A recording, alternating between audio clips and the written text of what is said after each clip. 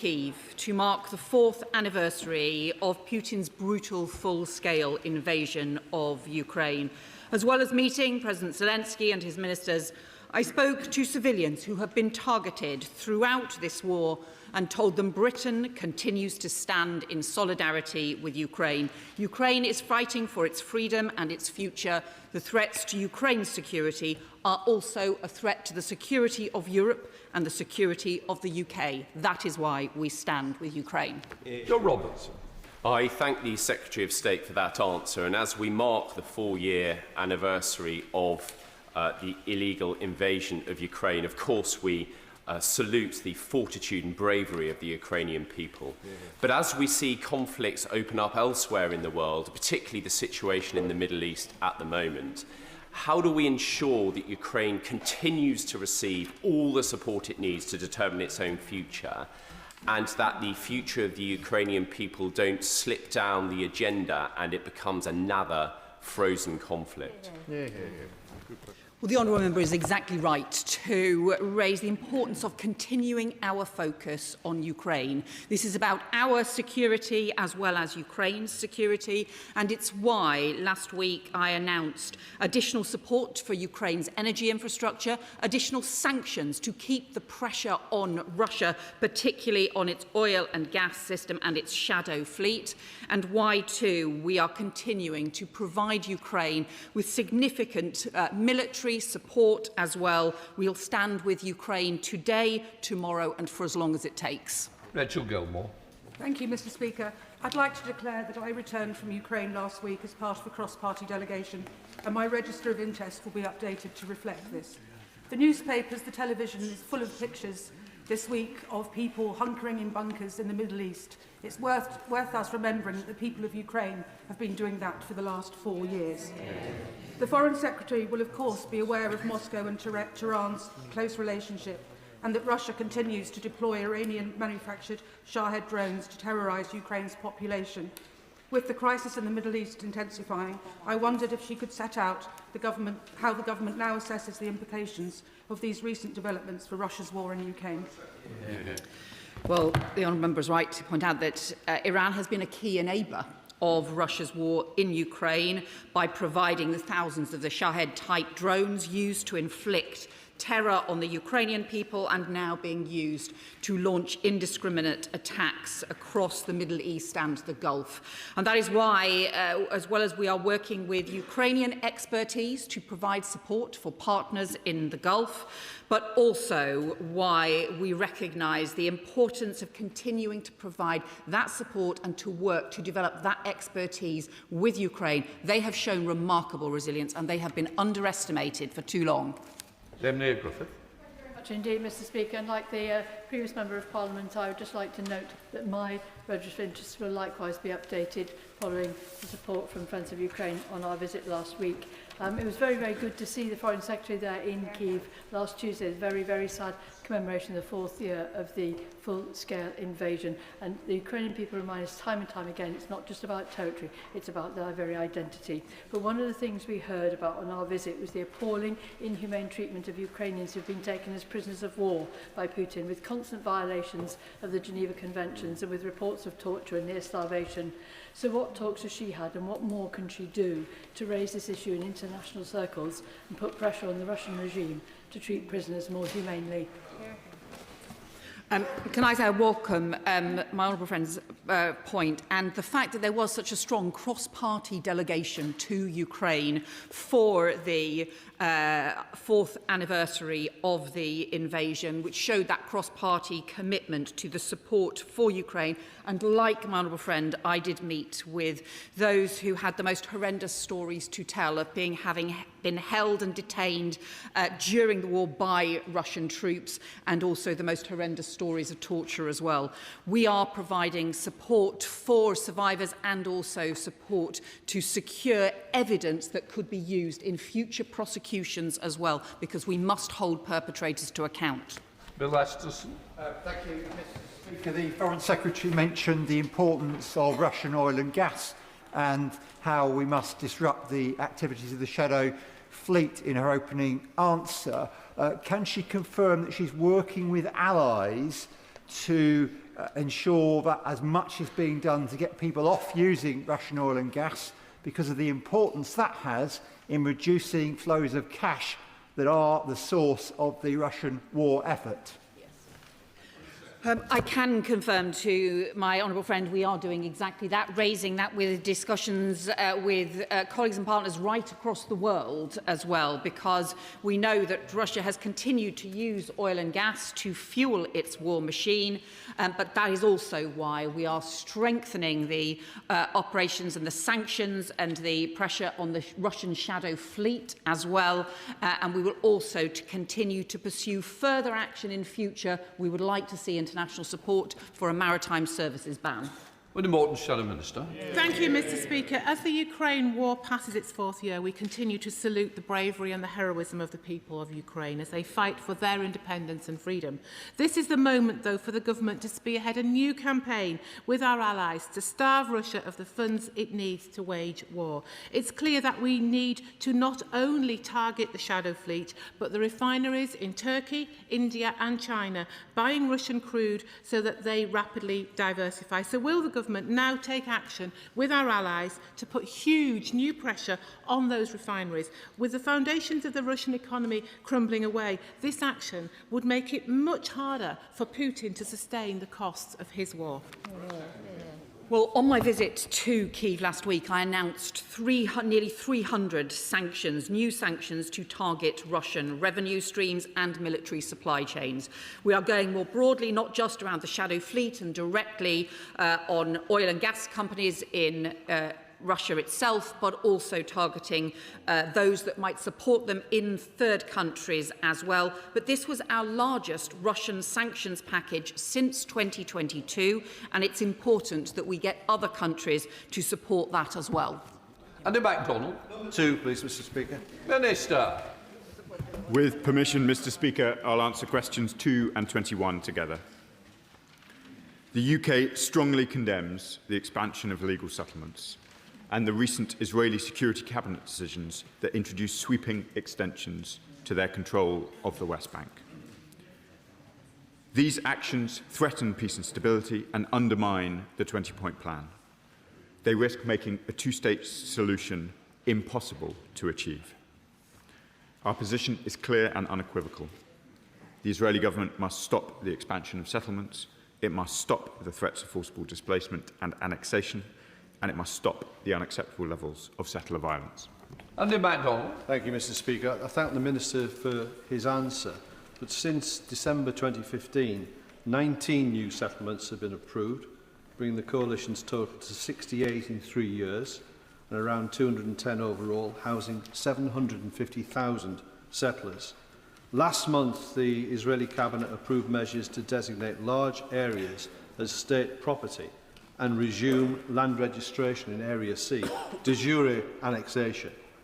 These steps defy International Court of Justice advisory opinions and dispossess thousands of Palestinians.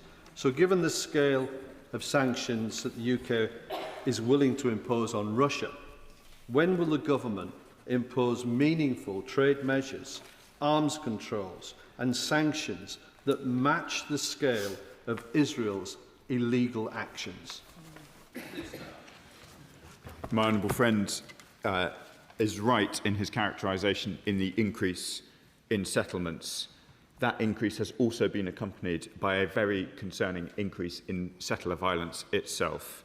I know many members will have been shocked by some of the footage that they have seen of these incidents.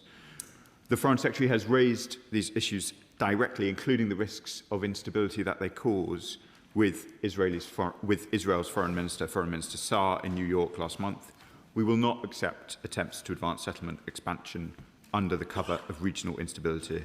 We will consider concrete steps in accordance with international law to counter this expansion.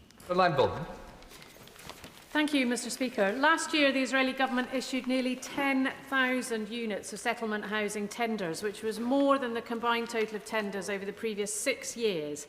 The extremists in Netanyahu's cabinet clearly have the explicit intention of undermining any prospect of a viable Palestinian state, let alone a two-state solution. Now, the Minister says he condemns this expansion and he's considering actions to take. But will he do the right thing now and introduce a full ban on all trade with illegal settlements in the West Bank to show that this government is truly committed to pursuing a two-state solution? This government is truly committed to pursuing a two-state solution. It has been at the heart of our policy in relation to Israel and Palestine for the entire duration of our time in government. As the Honourable Lady will know, I have stood at this dispatch box and announced 3 waves of sanctions, and she will have heard my remarks in my previous question, I'm sure, carefully. Chair of the Select Committee, Dame Emma Thornbury. Thank you very much, Mr Speaker. The British government recognised Palestine last summer, and that was greatly welcomed around the world. The concern now is that Israel may be about to annex the West Bank. And if Israel does that, then where is Palestine? And the Minister spoke last week and said that they were considering concrete steps, and he said that again today. I just wondered what they were. I thank my right honourable friend for the important question. I know she is extremely focused, rightly, on the deterioration of the situation in the West Bank. She focuses correctly on the threat of annexation. We oppose that absolutely, as do our American counterparts, as I'm sure she is aware. I'm not in a position to provide further commentary on what the steps I alluded to might yet be, for the reasons that we've rehearsed in this chamber many times. We have taken action, Mr Speaker, including the 3 rounds of sanctions that I described, and we will continue to take action while the situation continues to deteriorate. So Desmond Swain. The Minister is absolutely right. Israel must stop. What estimate has he made of the time that we have before a separate Palestinian state becomes geographically and economically utterly untenable? I thank the honourable member and my predecessor for the important question. We have pointed to a whole range of areas of concern in relation to the viability of a Palestinian state. One which has not received mention so far in our exchanges, but which is vitally important, is the E1 development. The British government is deeply concerned by the speed with which the Israeli government is proceeding with a project which we oppose absolutely and completely. It is clearly designed in order to try and split 2 parts of a contiguous Palestinian territory. We oppose it, and we will continue to do so. Chair of the International Development Committee, Sarah Champion. Thank you, Mr Speaker. The rapid growth in Israeli settlements in recent months has been fuelled by settled violence that not only goes unpunished, but receives tacit support from the Israeli government. The UK government continues to avoid responding to the International Court of Justice's 2024 advisory opinion condemning Israel's forcible transfer of Palestinians, a war crime. Last month, the UN High Commissioner for Human Rights noticed that the forcible transfer of Palestinians from their homes in the West Bank raises concerns of ethnic cleansing. Does the Minister agree with his analysis? As ever, I thank my honourable friend and the Chairman for her important questions. I just wish to clarify quickly, the British government opposes forced displacement in Palestine. That has been our long-held position. And while, of course, we're due to update Parliament on the wider issues that are posed by the ICJ advisory opinion, I wouldn't wish there to be any ambiguity about our position. We opposed forcible displacement, and of course there must be accountability and justice for all crimes committed right across Palestinian and Israeli territory. Dr. Ellicher. Thank you, Mr Speaker. The Minister says he is concerned by the expansion of illegal Israeli settlements and the expansion of settler violence. He says he is considering concrete steps. He refers to previous actions. It's now many months since the last concrete action by this government.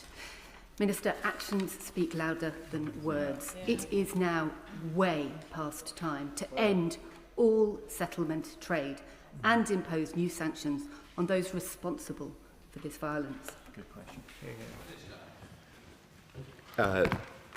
Mr Speaker, we have taken a range of steps. We continue to take steps, including raising these issues both with our partners and directly with the Israeli government. That's awesome. Question number 3, Mr Speaker. Foreign Secretary. Mr Speaker, with permission, I'll answer questions 3 and 12 together. When I visited the Sudan border a month ago, I promised the women that I met in the Adre camp that I would take their voice to the United Nations, and that the world needed to listen to Sudanese women, not the military men who perpetuate this war. And that is what I have done 2 weeks ago, chairing a dedicated session of the United Nations Security Council, where we considered the horrendous fact-finding missions report on El Fasher, and also ensured that Sudanese women's voices could be heard. As I told the Council members, we need the renewed effort from across the globe to end this brutal war. Thank you, Mr. Speaker, and I thank the Foreign Secretary for her answer. With half of Sudan's population under 18 and millions of children growing up amid widespread violence, Sudan is confronting what many now describe as the world's largest child protection emergency. In that context, what concrete steps will the Department take to promote and defend the UN's Children and Armed Conflict mandate so that protection of children in Sudan remains a sustained diplomatic priority across the UN Security Council and the Human Rights Council? I can tell my honourable friend that we continue to champion the UN Children and Armed Conflict mandate and its monitoring work as well. And it's clear that children are the innocent victims of this horrendous and brutal war, and that is why the world must not look away from Sudan. It's why we need a ceasefire, it's why we need to prevent the arms flows, and it's why we need to continue the humanitarian support from across the globe. Thank you, Mr. Speaker. We know that conflict can disproportionately affect women and children and exacerbates gender-based violence. We cannot let this crisis in Sudan be ignored. There has been an alarming rise in gender-based violence and sexual abuse against women and girls. Can the Foreign Secretary tell me what further steps her department is taking to tackle this horrific abuse against women and girls in Sudan at this time of conflict? Well, my honourable friend is right that the scale of the use of rape as a weapon of war in Sudan is truly horrific. 2 weeks ago, prior to the Security Council briefing, I convened an event in New York in the UN building to include 4 women speakers who have been working to tackle sexual violence in Sudan, and also to hear through video testimony from a Sudanese woman who has been working to tackle levels of sexual violence and provide support to survivors in Chad. And I announced a new £20 million programme to support survivors of rape and sexual violence in Sudan. The voices of Sudanese women must be heard. David Mundell. Thank you, Mr. Speaker, and I hope that the Foreign Secretary will read the evidence from Samaritan's Purse to the International Development Committee last week, which reiterated the issues on sexual violence. But we also heard that in refugee camps, many people have to be naked because they've had no option but to sell their clothes to get food. I'm sure she agrees that is completely and utterly unacceptable. In her last statement, she said that she was seeking to engage with the African Union and to bring them more into a participation in bringing a resolution to the conflict. Has she made any progress in that regard? Well, I will certainly look further at the evidence, the horrendous accounts that the honourable member describes on this. We are establishing with international partners a coalition for atrocity prevention and justice to work on Sudan, to work together on both the preventing atrocities and also gathering the evidence as well. And we have been pursuing some of the findings in the UN's report on El Fasher, which talk about systematic starvation, torture, killings, rape, and also deliberate ethnic targeting. The honourable member adds further horrendous accounts to that, and it's why it's so important not only to pursue these atrocities, but also to ensure that there is basic humanitarian support, and it's why we are prioritising Sudan for humanitarian support as well. Thank you, Mr. Speaker. The Foreign Secretary has referred to the UN report published on February the 19th, which said that the horrific events in El Fasher had all the hallmarks of genocide. Does the Foreign Secretary agree with that assessment? Well, the account in the report is truly appalling and shocking. It does describe deliberate ethnic targeting towards particular groups, alongside some of the most horrendous accounts of torture and also rape being deliberately used as a weapon of conflict as well. Our long-standing position of successive British governments is that any formal determination on genocide is a matter for the courts. However, we should be very clear. The evidence of atrocities committed by the armed forces across Sudan is staggering and horrendous, and the perpetrators must be held to account. Blake Stevens. Question number 4, Mr. Speaker. Minister. Well, thank you, Mr. Speaker. The UK-United States relationship has been a cornerstone of both our security and our prosperity for over a century, and we will never turn away from it. The Foreign Secretary and I have wide-ranging discussions with our counterparts on a regular basis, and indeed recently we were with governors from across the United States discussing economic ties in the last week. And the Trade Secretary speaks regularly to his US counterparts, most recently with the Trade Representative, where he reinforced the importance of delivering on our economic prosperity deal. Blake Stevens. Thank you, Mr. Speaker. Can I thank the Minister for that response? Given the US and Israel launched strikes on Iran without British involvement, and this government seems increasingly at odds with the US in relation to Diego Garcia, can the Minister assure me that this government's actions are not damaging the special relationship and increasing the likelihood that further tariffs will be imposed on the UK, driving up costs for the great British public? Well, Mr. Speaker, I don't accept what he's saying. Our relationship with the United States is strong. It has endured, it continues to endure, and it will endure into the future on both the economic and the security front. And indeed, of course, we were the first to strike a deal with the US administration which removed tariffs on UK aerospace exports, secured reduced tariffs for cars, and that saved manufacturers hundreds of millions and protected jobs across this country. Alan Thompson. Number 5, Mr. Speaker. Minister. With permission, Mr. Speaker, I will answer questions 5 and 11 together.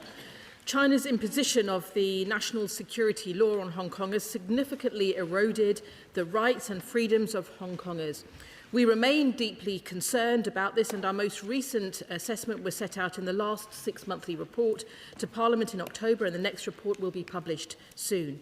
On his recent visit to Beijing, the Prime Minister raised our concerns at the highest level, including with President Xi, both about the overall situation in Hong Kong and about the specific case of Jimmy Lai. Adam Thompson. Thank you, Mr. Speaker. Many people who have come to us from Hong Kong have made their homes in Long Eaton, in my constituency.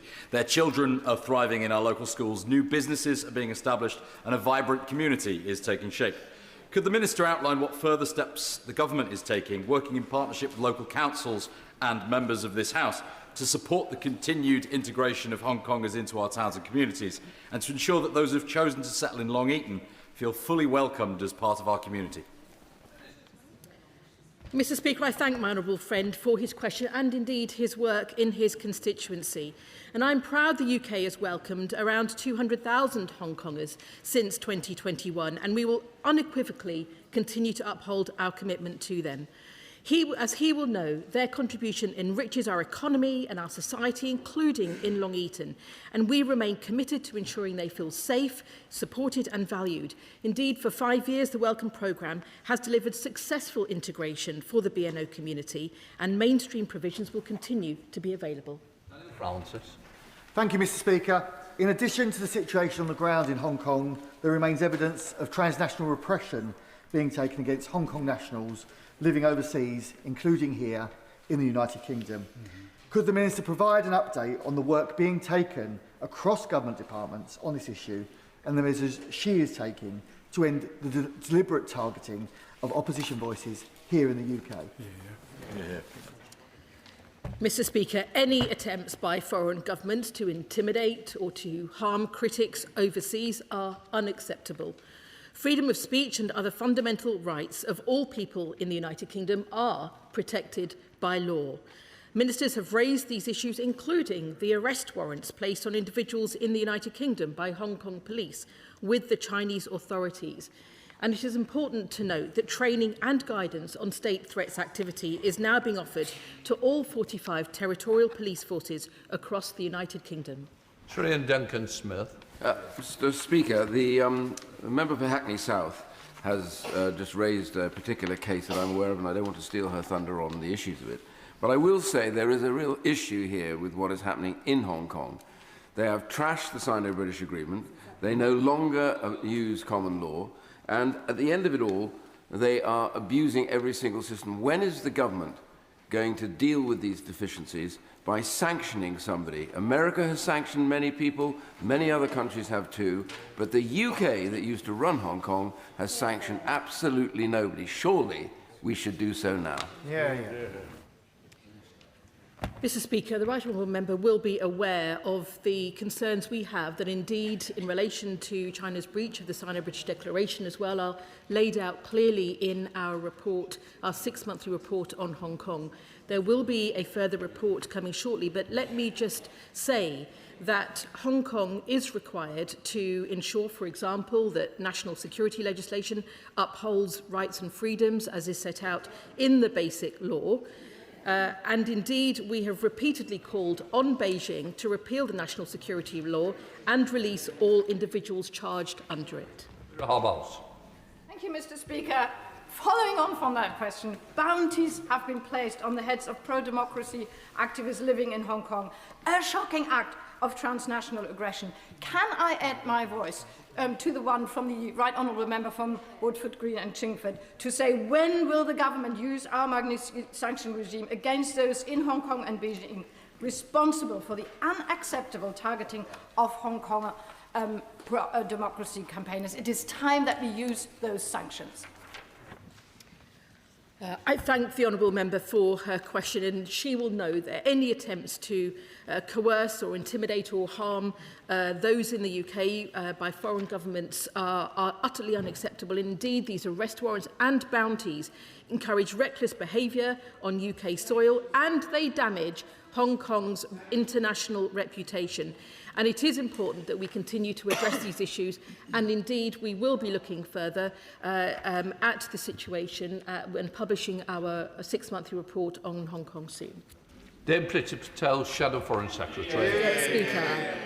Last month, the Foreign Secretary held an unpublicised meeting in Munich with Wang Yi, which we only know about because the Chinese Communist Party boasted that she told them that the Prime Minister, Keir Starmer's visit to China, was a complete success with fruitful results in terms of UK-China relations. So can the Minister, on behalf of the Foreign Secretary, confirm whether or not human rights of those living in Hong Kong were raised?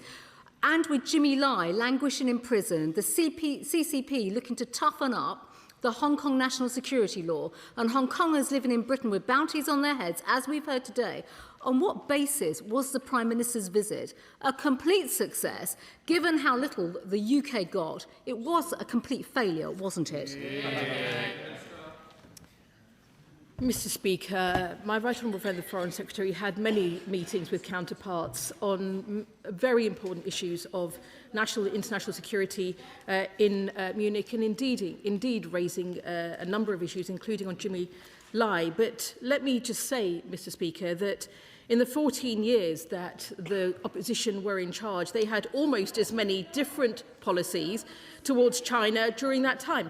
They talked about state threats, but delayed the essential reform of our outdated security laws. And in May 2021, Mr. Speaker, the Shadow Foreign Secretary launched her consultation on the new legislation, but it took more than 2 years to get that new National Security Act passed into law, leaving our country without the powers needed to prosecute such cases. Priti Patel. Thank you, Mr. Speaker. Well, clearly the Minister's desperate and having to go backwards rather than move forwards to address the situation now. And for her information, China oppresses Hong Kongers, refuses to free Jimmy Lai, supports Russia and Iran in their barbaric actions to undermine freedom and democracy. These are issues that the government should actually take a grip of now. They plot, they spy, they undermine our own security. But rather than kowtowing to China, when will her government wake up and deal with the threat posed by the CCP and put China on the enhanced tier of furs? And when will she start taking taking some action and expel CCP diplomats to show our disgust about their appalling actions when it comes to transnational repression? Mr. Speaker, the government has not made any decision yet on whether China will be added on the enhanced tier, but she will know that we condemn in the strongest terms the politically motivated prosecution of British citizen Jimmy Lai. This remains a priority for this government, and she is fully aware of that. Rankin. Number 6, please, sir. Minister. Mr. Speaker, the honourable member refers to sections 3 and 8 of the UK's 2025 UK-Palestine MOU, which is clear on our commitment to support the PA's reform agenda on education.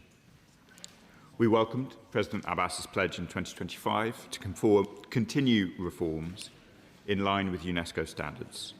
The Foreign Secretary and I have pressed him and Prime Minister Mustafa on this personally.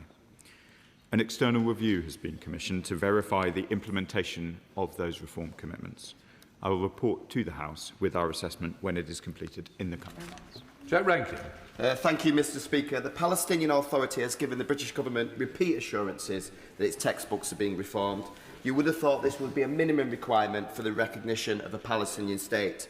Yet in my office, I have an Arabic language textbook currently being used in the West Bank that describes Arab fighters using explosive belts to, quote, turn their bodies into fire, burning the Zionist tank, accompanied by an image of a gunman shooting Jews riding a tank. This is aimed at 14 years old. Is the Minister aware that this is going on, and does he have any faith in the Palestinian Authority that it can change its ways? Mr. Speaker, as I said, there is going to be an external assessment. I'm aware that in the process of education reform, which is being led by some of our friends in the European Union, they are going grade by grade. So as I understand it, there has been considerable progress on grade 12, and they're looking at some of the other grades. The honourable member is very welcome to send me the textbook if he wants, and he can confirm which grade it is. Dr. Peter Prince. Thank you, Mr. Speaker. I accept that there are problems with the curriculum in the Palestinian schools. But the eyes of the world are now distracted, and settlement expansion continues as far as we can tell. Now, I am concerned that when the dust settles and the rubble is cleared, the viability of the Palestinian state will be significantly jeopardised. So does the Minister share my firm belief that what is going on doesn't really represent the will of the Israeli people? It's a bit of a stretch question. Mr. Speaker, I'm sure the whole House will recognise the authority with which my honourable friend speaks. I know that he is right, that violent settlement expansion is not the will of most Israelis. Polling reflects that time and time again. As the Israeli public approach Israeli elections, I hope that there will be a discussion in Israel about the appalling nature of this violence and this expansion. Wendy Morton, Shadow Minister. Thank you, Mr. Speaker. The Palestinian Authority continues to show an absolute disregard for the MOU, with deeply disturbing and anti-Semitic content still being promoted in their schools. How is the UK government monitoring this and ensuring that no UK taxpayers' money is being used? And I'd like to say that with pay for slay continuing, can the Minister tell the House, did he raise these concerns with the Palestinian Authority when he met their ambassador last week? What's his assessment of the payments being made? And what direct action is he taking to stop it, such as withholding payments until this vile practice ceases? Mr. Speaker, I've tried to answer as precisely as possible on all of the sections of the MOU, and if she has a particular area she would like to raise, then I'm very happy to address it as I did with the honourable member for Windsor. I can confirm that I raised these questions in my most recent interaction with the Palestinian ambassador. She refers to the area sometimes described in public as pay to slay, the Tamkeen system. That is also being externally audited by a United States auditor, and once we have that audit, we will be in a full position to provide a further update to the House. Gregory Stafford. Question 7, sir. Well, thank you, Minister. Mr. Speaker, let me thank the honourable gentleman for his question. The UK condemns in the strongest terms the politically motivated persecution of British citizen Jimmy Lai. We continue to call for his immediate release, for full access to independent medical professionals, and indeed for all necessary treatment. The Prime Minister raised Jimmy Lai when he met President Xi in January, and we will continue to raise his case on every opportunity. Gregory Stafford. Thank you, Mr. Speaker. Jimmy Lai now faces a jail term described by ministers as an effective life sentence. It's clear, Mr. Speaker, that Jimmy Lai's life sentence is a direct reflection on this government's weak policy towards China. So will the Minister tell us what clear steps she and the Prime Minister are taking, and more importantly, what sanctions she and the Prime Minister are going to bring on the Chinese to ensure that Jimmy Lai is released and his case is not forgotten? Mr. Speaker, we continue to keep sanctions under close review, and it would not be appropriate to speculate on any future designations, as to do so, the honourable member will know, could reduce the impact of those designations. But he will know in relation to Jimmy Lai that we're not going to get into the details of any private discussions, but the government will continue to raise Jimmy Lai's case with every opportunity, as the Foreign Secretary has done, and the previous Foreign Secretary also did, and the Prime Minister has done, and diplomats from our Consulate General in Hong Kong have indeed attended all court proceedings on a regular basis and continue to press for consular access. Thank you, Mr. Speaker. Sticking with detentions in China, last week I had the great honour of meeting Grace Jin Drexel, the daughter of Pastor Ezra Jin, who, along with 18 other pastors from the Zion House Church, was arrested or detained by the Chinese authorities last October under the very vague charge of illegal use of information online. Basically, they had an online church service. Can I ask my right honourable friend, what can the government do to advocate for the release of all of the Zion Church leaders and to promote freedom of religion or belief for all people in China? I thank my honourable friend for his question, and indeed reports from within China about the detention of Zion House Church leaders is a very worrying indication of further persecution of Christians in China. It is the case that this government continues to engage with China on the issue of human rights and the freedom of belief, and we will continue to champion the freedom of religion and belief for all, and to uphold the rights to this universal freedom through our positions at the UN, in the G7 and through our bilateral engagements.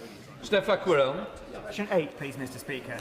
Minister. Well, thank you, Mr. Speaker, and I welcome the progress that many overseas territories have made on financial transparency. St Helena, Montserrat and Gibraltar now have fully public registers of beneficial ownership, while the Cayman Islands and Turks and Caicos Islands have implemented legitimate interest access registers. But I've also been clear with those where progress has not been quick or comprehensive enough, including the British Virgin Islands. And at the Joint Ministerial Council in November, I pressed for further progress and agreed to provide technical level support for that work.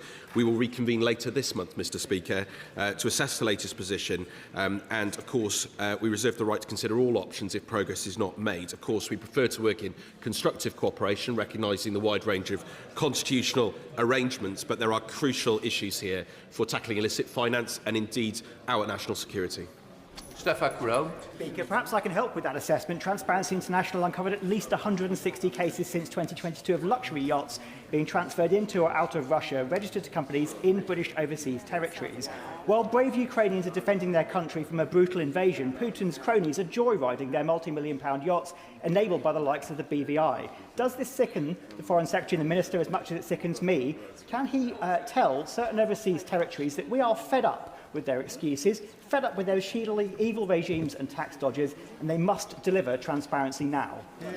Well, I welcome the work of Transparency International and others in sharing and shedding a light on these issues. These are exactly the concerns that I've raised directly with overseas territories' governments, and they're exactly the concerns that I've expressed in this place, and we're going to work to ensure rapid progress on these issues. Elsa Blundell. Question number 9, Mr. Speaker. Minister. Thank you, Mr. Speaker, and I thank my honourable friend for her question. Tens of thousands of children have been killed, injured, orphaned or separated from their families during this conflict. The UK has medically evacuated 50 children for treatment in the UK. Help on the required scale can only be delivered on the ground in Gaza. We are providing £81 million in humanitarian and early recovery support this year, including social protection services, which have so far supported over 335,000 Palestinian children. Mr. Blundell. Thank you, Mr. Speaker. It is estimated that 40,000 children in Gaza have lost either one or both of their parents in the appalling war of recent years, leaving many as orphans without the love and protection that they need in one of the most dangerous places on the planet. As the crisis engulfs the region once again and vital aid is still being blocked, what assurances can the Minister make that the UK will play a leading role in supporting those children in the long term after all of the horrors that they have had to endure? Thank you, Mr. Speaker. INGOs remain indispensable to the UN-led humanitarian response, and we have supported key INGO partners, including through the Disaster Emergency Committee in January. We marked the UK's £3 million aid match for the Middle East appeal. In total, we provided £13 million since the appeal began. On the 30th of December last year, Mr. Speaker, the UK led a statement with 9 other countries to underline the vital role INGOs play in Palestine. We continue to engage these organisations who have been impacted by new registration requirements, and we have raised them directly with the Government of Israel. Thank you, Mr. Speaker. Amidst the illegal attack on Iran by America and Israel, Benjamin Netanyahu has closed all the border crossings entering into Gaza. What does the Minister know of this? Because food, humanitarian aid has once again been blocked. Can I thank the honourable gentleman for his question? We would like all borders open as quickly as possible and not in a phased process, including Rafah, and we are making representations to the Israeli government in that point. We'll see what. Question number 10, Mr. Speaker. Foreign Secretary. Mr. Speaker, in recent days we have seen Iran attack multiple countries that did not attack them. And just as Iran is a threat to its own, to the region and to the UK's allies, Iran is also a threat to its own people. And time and again it has responded to legitimate protests with brutal violence, as we saw in January when thousands of protesters were killed. That is why last month, alongside international partners, the UK led efforts to secure a special session of the UN Human Rights Council and imposed a sweeping package of sanctions to hold Iran to account for its human rights violations. And yesterday, the Prime Minister set out the action we are taking in response to Iran's attacks on Gulf partners where UK citizens are currently residing. Mark Siebert. Thank you, Mr. Speaker. Not content with suppressing its own people, the Iranian regime now lashes out at civilians and our allies across the region. The new head of the IRGC is an internationally wanted terrorist implicated in the 1994 attack on the AMIA in Buenos Aires and also responsible for the protest repressions in 2022 against the women, life and freedom protests in Iran. Can I urge the Foreign Secretary to urge the Home Secretary to implement the Jonathan Hall framework so that we can prescribe the IRGC as soon as possible? And can I also ask her to implement sanctions on those responsible for the bloody crackdowns in Iran, including on Ali Larijani, Secretary of the National Supreme Council? Well, my honourable friend will know that I, as Home Secretary, commissioned the Jonathan Hall review exactly because I thought that the legislation might need to be strengthened. He has concluded that it does need to be strengthened to broaden existing counter-terrorism legislation to state and state-linked threats. We will be taking that forward, and he will also know that we keep all prescription decisions under very close review. Robert General. Speaker, when some of us campaigned for Hezbollah to be prescribed in full, Foreign Office officials and others said that that was impossible because it would harm diplomatic relations. That was overcome. The same spurious argument was made with respect to Hamas. That was overcome. Imagine how foolish our country would look today if we had not prescribed Hezbollah and Hamas in full. The same argument has been made by the last government and by this government with respect to the IRGC. Will the Foreign Secretary be clear that she will not stand in the way of the full prescription of the IRGC So these dangerous criminals who harm our own people and our allies around the world have no place, no home in the United Kingdom. Well, I would just point out to the Right Honourable Member that I take the threats on UK streets immensely seriously, but he was a Home Office Minister and he was a Cabinet Minister during an entire period when Iran-backed, state-backed threats had been seen on UK streets, and he did nothing to strengthen the legislation in so many years in government that this government is now taking forward to strengthen that legislation. Alan Miller, Liberal Democrat spokesperson. Mr. Speaker, it is currently unclear whether the turmoil unleashed by Trump and Netanyahu's unilateral military action will bring freedom and security for Iranians who deserve a better future. But we can be certain, Mr. Speaker, that the IRGC will seek to crush domestic opposition and, if given the chance, to export terror abroad, including to the UK streets. Members of the Iranian diaspora here and the UK Jewish community have expressed their fears of attack. So, echoing the calls of members across this House, will the Foreign Secretary work with her colleagues to heed the calls of Liberal Democrats and other parties to bring forward emergency legislation to enact the whole review and prescribe the IRGC? Well, I can tell the honourable member, first of all, that we are taking forward the legislation that Jonathan Hall has recommended, but I can also tell him we take immensely seriously any threats that are Iran-backed on UK streets. And that is why our counter-terrorism police work extremely closely with our security services, and they are pursuing live cases and have been for some time where Iran is suspected to be involved. They will continue to do so to keep all of our communities safe, but particularly our Jewish communities that have been so targeted. Come to topicals, Lauren Edwards. Question number 1, Mr. Speaker. Foreign Secretary. Mr. Speaker, yesterday the Prime Minister updated the House on the conflict in the Middle East and Gulf. And overnight we have continued to see Iranian strikes on Gulf nations. Mr. Speaker, the safety and security of British nationals is our top priority, and I want to update the House on support for British citizens who are in the region.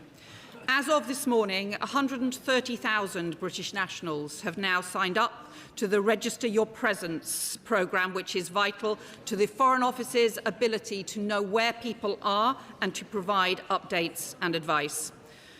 Members will know that in many of these countries the airspace is still closed, but I'm in close contact with my counterparts across the region, speaking again yesterday with the UAE on the excellent support that they are providing and some of the departures that they are now securing as this becomes viable. And we are also working with airlines on increasing capacity out of Muscat for British nationals, with priority for vulnerable nationals. And a government charter flight will fly from Muscat in the coming days, prioritising vulnerable nationals. But British nationals in Oman must wait to be contacted by the Foreign Office regarding these options, and we will continue to work 24/7 on supporting British nationals in the region. I would tell the House this is a very fast-moving situation. We have unprecedented numbers of British nationals in the region, and I will continue to update members and affected British nationals as the situation evolves.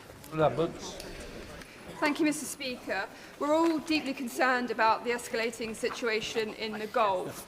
Following the PM's statement yesterday, has the Secretary of State had any discussions with her counterparts in the US, Europe or Israel about measures to secure any nuclear or radiological material in Iran in light of the possibility of its trafficking due to current events? Foreign Secretary. It is right to raise this issue. It is extremely important that Iran is not able to develop a nuclear weapon. There are also obviously concerns about the security of materials as well. It is an issue, obviously, we continue to work closely with our operational partners. Foreign Secretary Dame Peter Patel. Mr. Speaker, the government's indecision on how to deal with Iran has left the UK weaker and undermined our own security.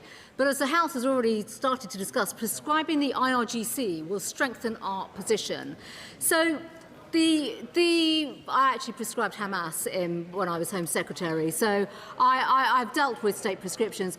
The Foreign Secretary, in her role as Home Secretary last year, spoke about bringing forward the Hall Review and the recommendations and to bring forward a series of powers.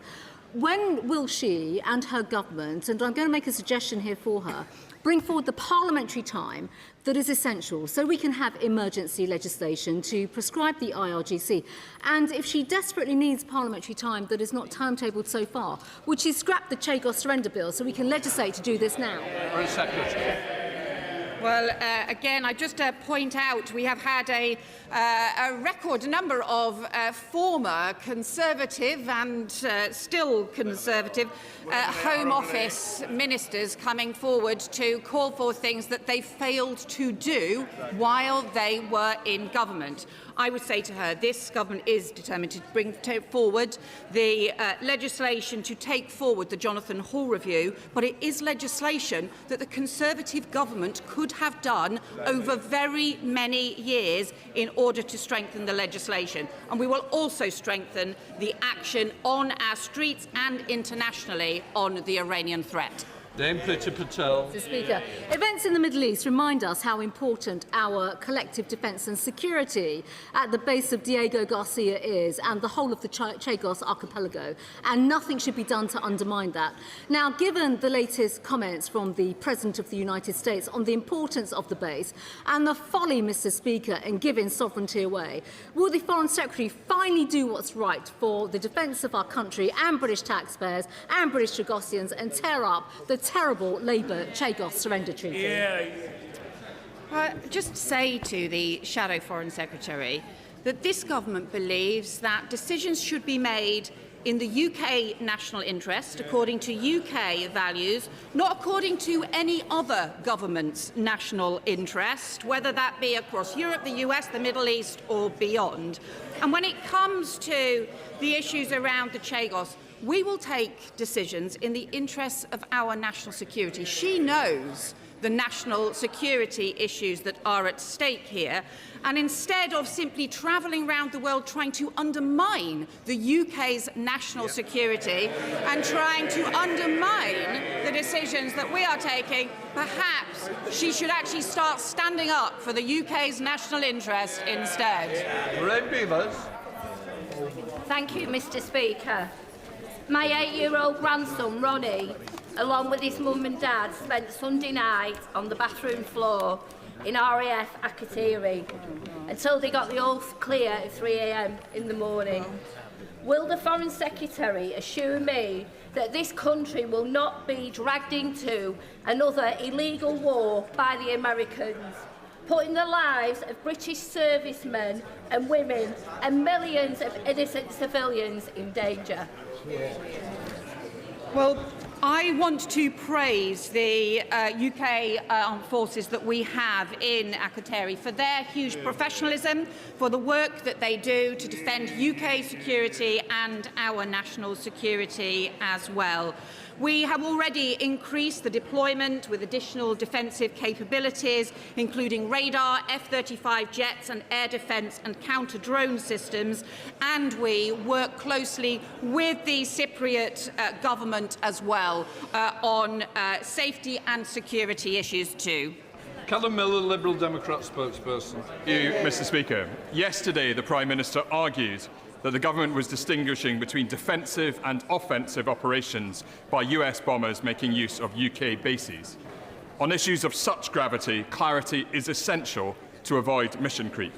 So can the Foreign Secretary confirm that the UK will agree the target and monitor the outcome of each of these US sorties? Will the government report on this to the Intelligence and Security Committee? And can she confirm that if one were found, if it's anything other than a missile battery or missile store, the UK would suspend its agreement for the use of its bases?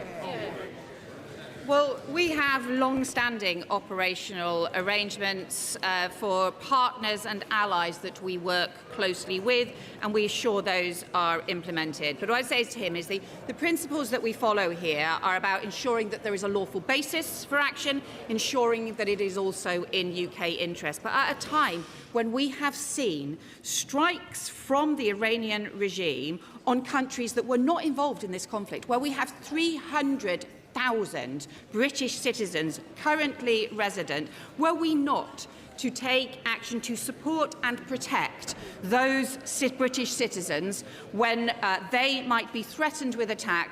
I think we would find that extremely difficult to justify. Thank you, Mr. Speaker. It was a pleasure to see the Foreign Secretary at last month's Munich Security Conference, where, despite warm words on all sides, the trust gap between the European Union and the United States was absolutely palpable, impacting discussions on defence, procurement, technology sovereignty, Greenland, the Middle East, etc. Could she tell me how she sees the UK's role? Should we be trying to restore trust? We have our own trust gap. Should we pick a side, European Union versus United States, or do we forge an independent path, dependent on neither? Well, the UK's task must always be to act in the UK's national interest according to UK values. But at the heart of that national interest and those values are things like the NATO alliance, the transatlantic alliance, as well as our partnership with other European countries and other countries on our defence as well. Thank you, Mr. Speaker. I'm deeply concerned about the British service personnel who are being put at risk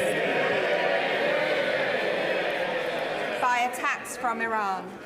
With US Secretary of State Marco Rubio now warning that the hardest hits are yet to come, can the Foreign Secretary confirm whether there are any British personnel on any US ships which are being used to attack Iran? Well, what I can tell her is that we take the safety of UK personnel immensely seriously, and I do want to pay tribute to the service that they show for our country. It is why we have already increased some of the deployments in order to ensure that, for example, in Cyprus, there is added radar and air protection as well, and we will always continue to do so, and we ensure that operational matters happen in the normal way. Andrew Lewin. Mr. Speaker, at the Munich Security Conference, the Prime Minister rightly said that we must do more to work with our allies to build our collective European security. Given that moral imperative, can I ask my right honourable friend if there is an ambition for the UK and the EU to reopen negotiations on UK access to the EU's safe defence mechanism? My honourable friend asks a very important question. We are absolutely committed to strengthening our defence cooperation with the EU and European partners, and of course with NATO as the bedrock. We negotiated in good faith on SAFE, but the terms weren't in the UK's national interest. But we're going to continue to engage constructively across a range of areas of cooperation. Bob Blackman. Thank you, Mr. Speaker. Obviously, the Foreign Secretary faces real problems in terms of the settlement she's received from her neighbour next door. But given the last 20 years have led to almost eradication of polio and excellent work on malaria, will she prioritise those programmes to ensure that we don't go back on releasing polio and malaria once again across the globe? Can I thank him for his question, and can I assure him and the House that we are prioritising those areas of continued support within the health sphere of development funding? Kim Johnson. Thank you, Mr. Speaker. As a member of the NUJ parliamentary group, I know it's vital to protect journalists. Sadly, hundreds of Palestinian journalists have been slaughtered during the Gazan genocide. But as Britain is the co-chair of the Media Freedom Coalition, can the Minister explain what steps the government's taken to safeguard journalists on the ground in the Middle East? And can he encourage international governments, including Israel, to allow the global media to do their job and for journalists to be protected and not pay the price of war? Can I thank my honourable friend for her question? We take this extremely seriously. Journalists on the front line are often how we find out across the world where atrocities have taken place. Can I reassure her that even tomorrow I'm hosting a Media Freedoms Coalition discussion and will always remain a priority for the UK Government? Jack Rankin. Thank you, Mr. Speaker. It's been 31 days since I wrote to the Secretary of State calling on her to reimburse the Royal Borough of Windsor and Maidenhead for costs incurred during 3 state visits last year, some £350,000. Whilst to the government this may be a rounding error, it isn't to the ratepayers of Windsor. We are very proud to host, but these are properly national costs. Will the Secretary of State do the right thing and please sort this? Can I thank him for his question? There is an Estimates Day tomorrow, perhaps he'd like to raise it. On the wider point, he and I have been in correspondence on this point, and discussions are indeed ongoing over those costs. Swallow. Thank you, Mr. Speaker. The International Road Assessment Programme, based in Bracknell, has saved well over 500,000 lives from road crashes around the world, a significant contribution to the UN Sustainable Development Goals and a real success story of British expertise on the global stage. What can this government do to champion the work of IRAP more effectively? Can I thank him for his question, Mr. Speaker? Improving road safety is a global challenge. Every year, 1.2 million people die on the roads, the biggest killer of young people. I thank my honourable friend for bringing this to the House's attention. The UK, through the Department of Health, contributes £12.5 million to the Global Road Safety Facility and is represented on its Partnership Council. And we continue to work in this space on this truly important issue. Final question, Vicky Slade. Thank you, Mr. Speaker. Last week, the BBC reported the death of Palestinian child Jad Jadala, shot in a West Bank refugee camp while Israeli soldiers watched him bleed to death. Violence against children around the world is increasing, including Ukraine, Sudan and now Iran. So what diplomatic action is she taking to prevent child death and protect surviving children from the lifelong trauma of war? Mr. Speaker, we've spoken many times about the risks to children in the West Bank and Gaza. It is a priority for this government. We raise it regularly with our Israeli counterparts, and I'm familiar with the report she references. We now come to the spring forecast. I call the Chancellor of the Exchequer.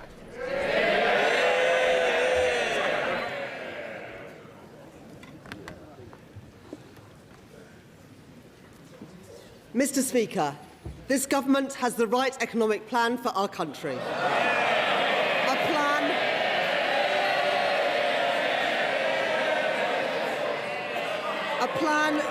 A plan that is...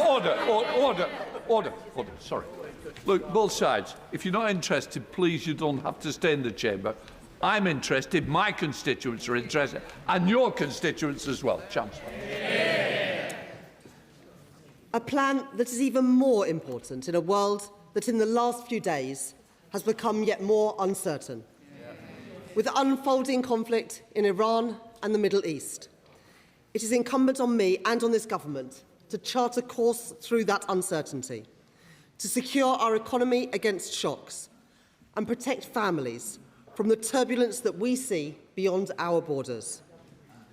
I want to express my gratitude to members of our armed forces as they serve across the globe to protect our country. And I want to reassure this House that I am in regular contact with the Governor of the Bank of England, with my international counterparts and with key affected industries, including our maritime sector. And tomorrow I will meet with our North Sea industry leaders to discuss the implications that they face and work with them to manage this uncertain period.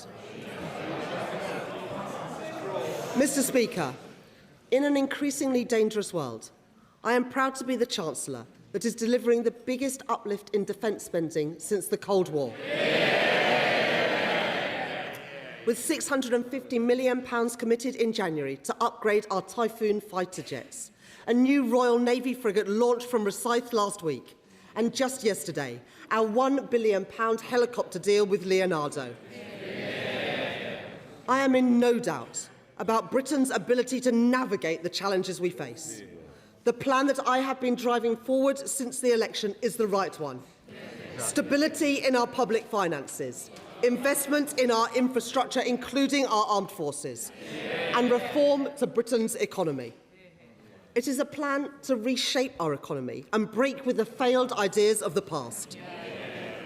Building growth are not just the contribution of a few people in a few places, but in every part of Britain, with a state that doesn't stand back, but that steps up, strengthening our trading relationships and our alliances, creating capacity in our economy through affordable housing, better transport and free childcare.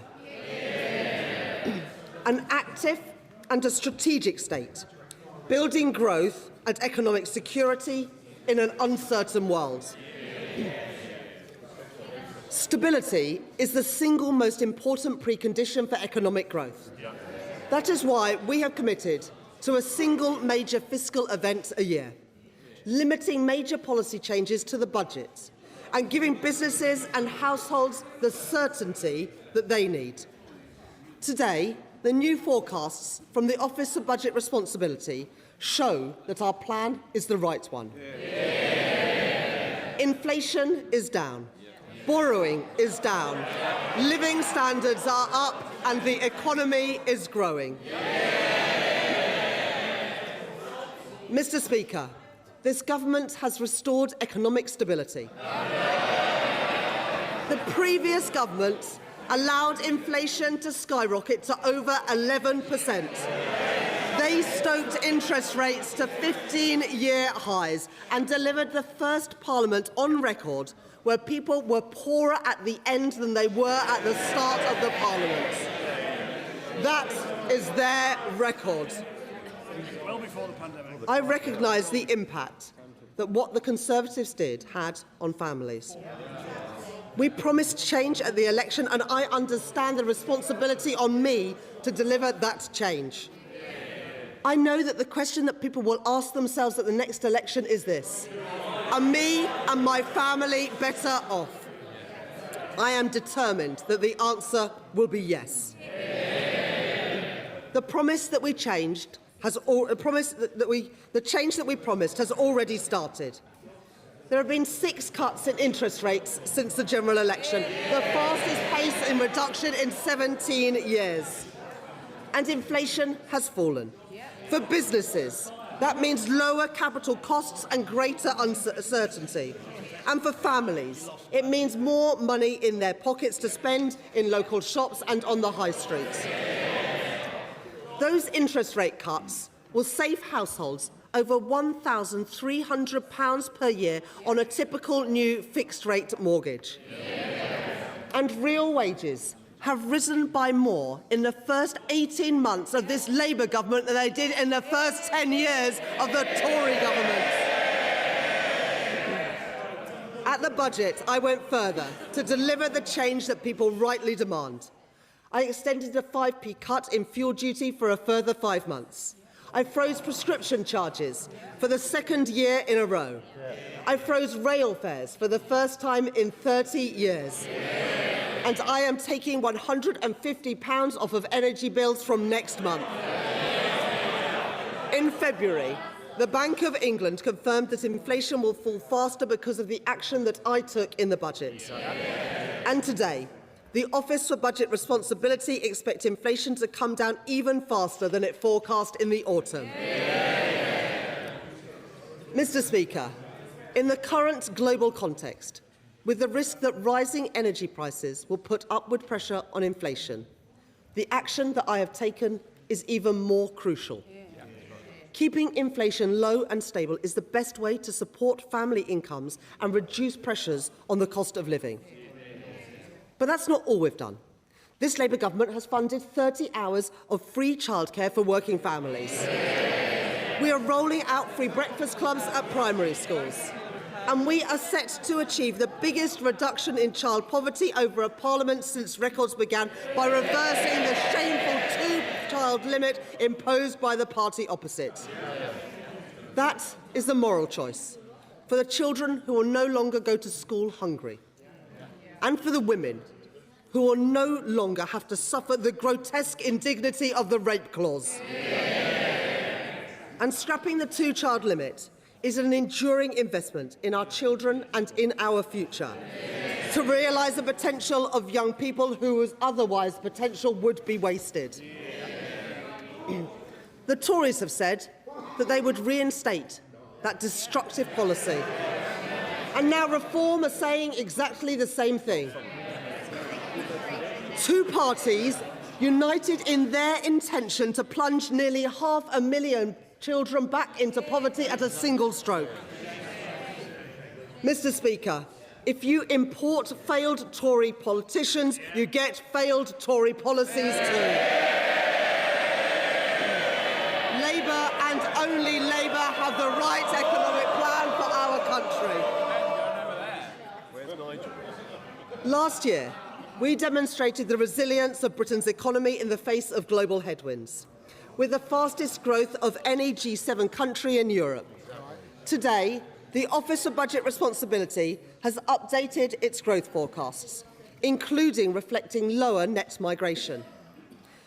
Average growth across the forecast period is largely unchanged, while the OBR has adjusted the profile of GDP so that it grows slightly slower in 2026 and then faster in both 2027 and 2028.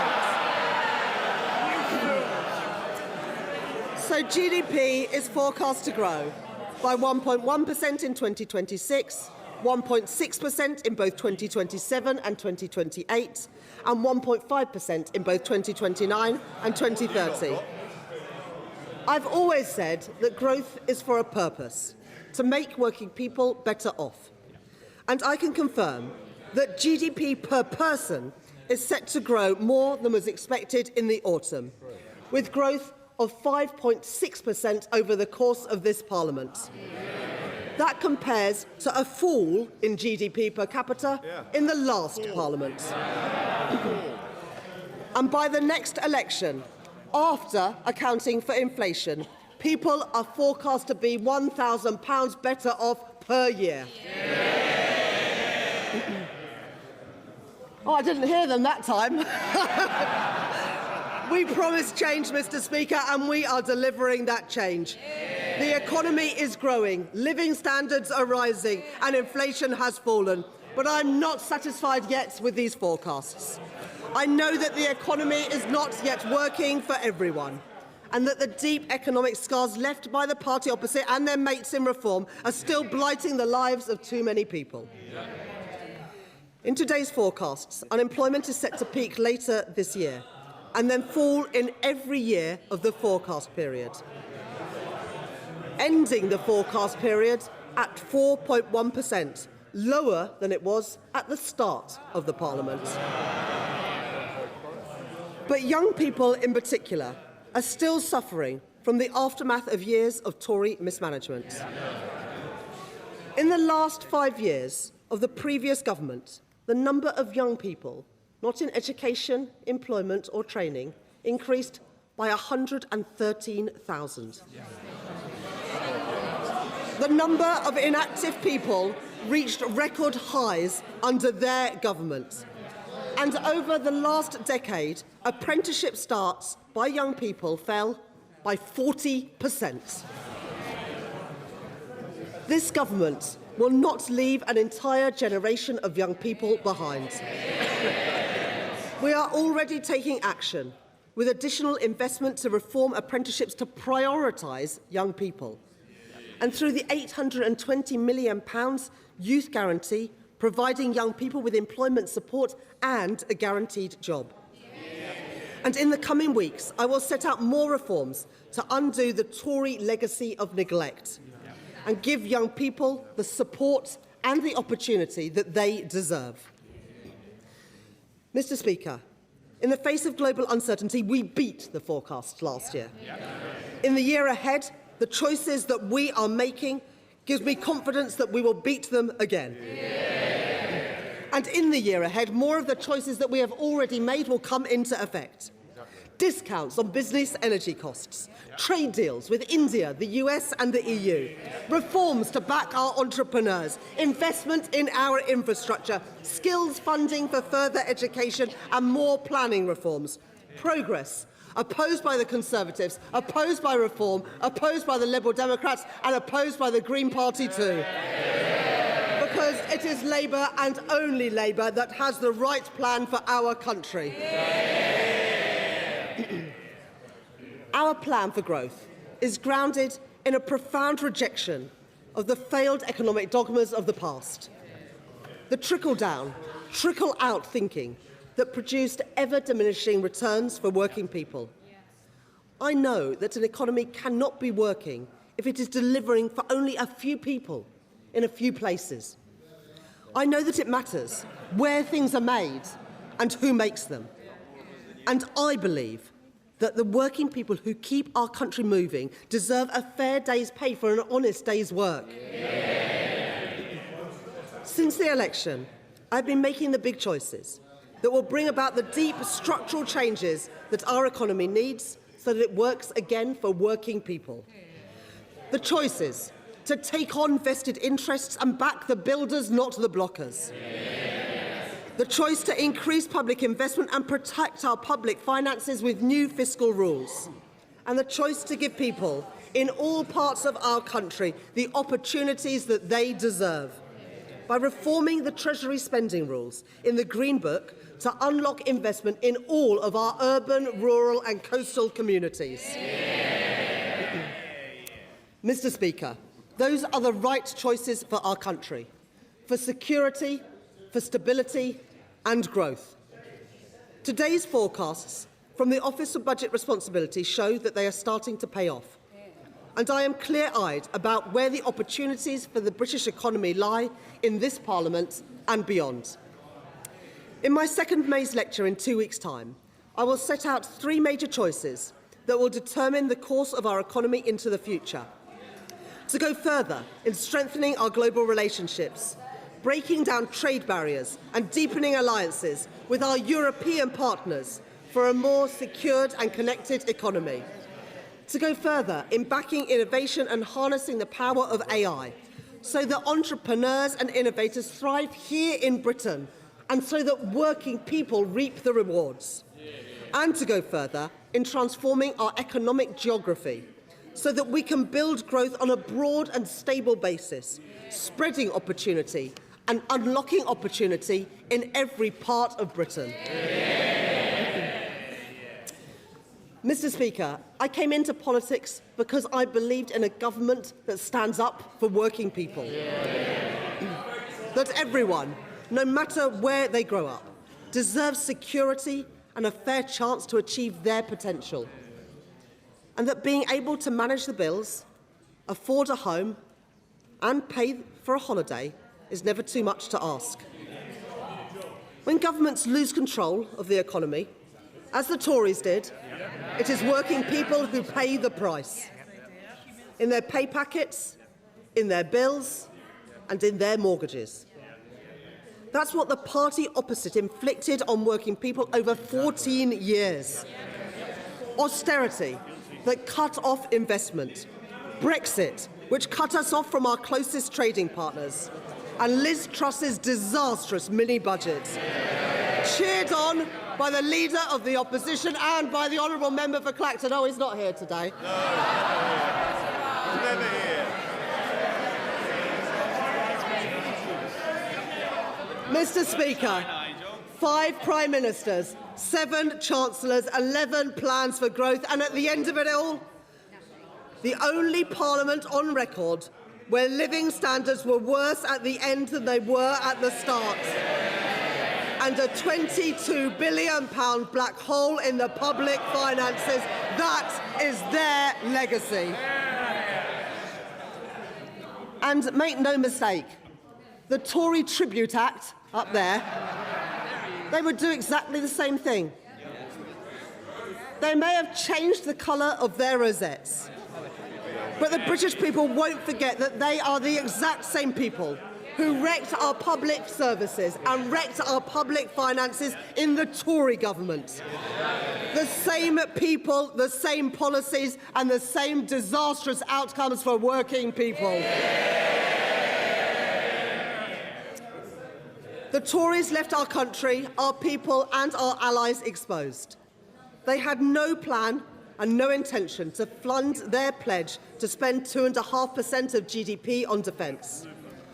And reform would go one step further by ditching our allies and siding with Russia. While the Green Party want to take us out of NATO and jeopardise our alliances. Well, she shakes her head. I don't know if they've changed their policy, but their policy is to take us out of NATO. So let me be clear. It is Labour and only Labour that can provide social justice, national security and fiscal responsibility.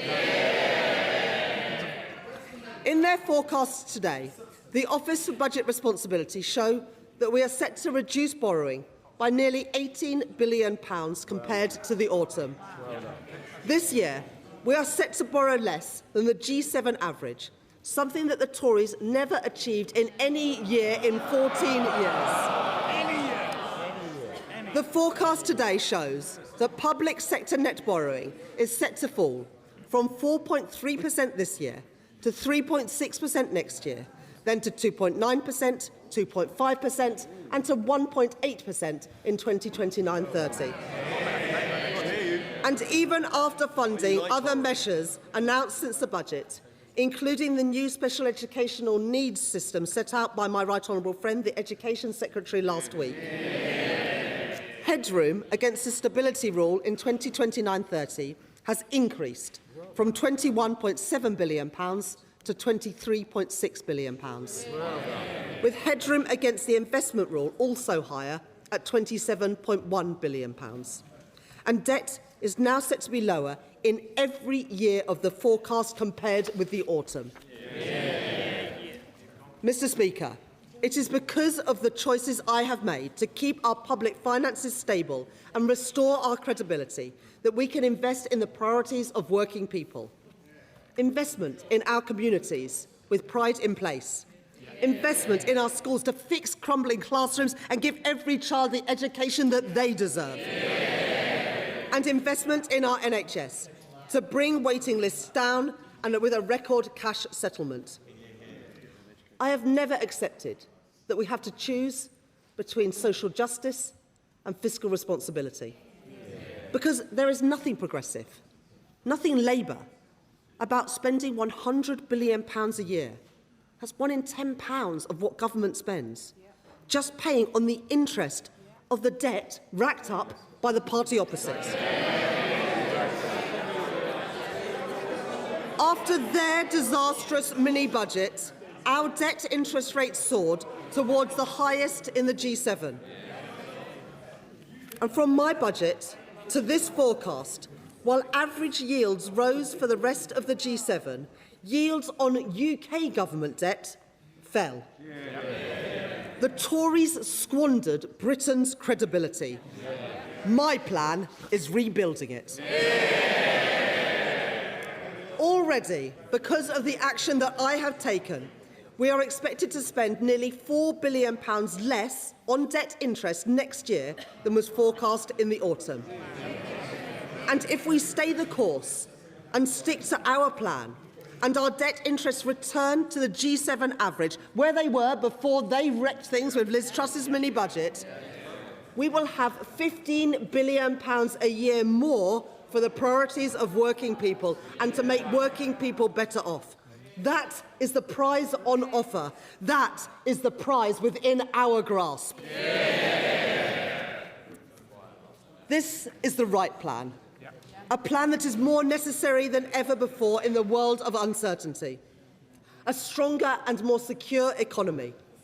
Inflation and interest rates falling. Resilient public finances. And in every part of Britain, working people better off. Mr. Speaker, every additional patient treated in an NHS hospital, every child lifted out of poverty, every breakfast club in every school is because of the choices that we have taken. And because I have the right plan for our country. But let this House be in no doubt.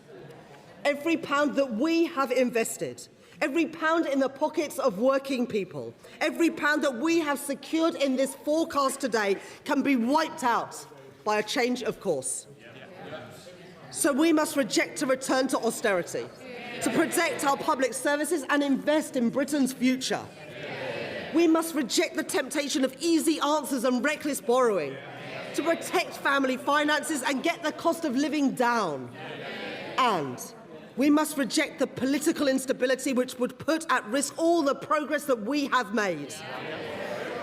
My plan is the right one. I am in no doubt about how great the rewards can be if we stay the course. The forecasts today confirm that the choices this government have made are the right ones. Stability in our public finances, interest rates and inflation falling, living standards rising, more children lifted out of poverty, more appointments in our NHS, more investment in our infrastructure, a growing economy and more money in the pockets of working people. Mr. Speaker, these are the right choices, this is the right plan, and I commend this statement to the House.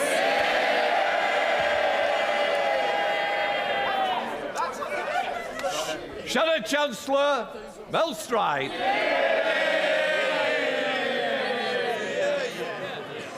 Mr. Speaker, is that it?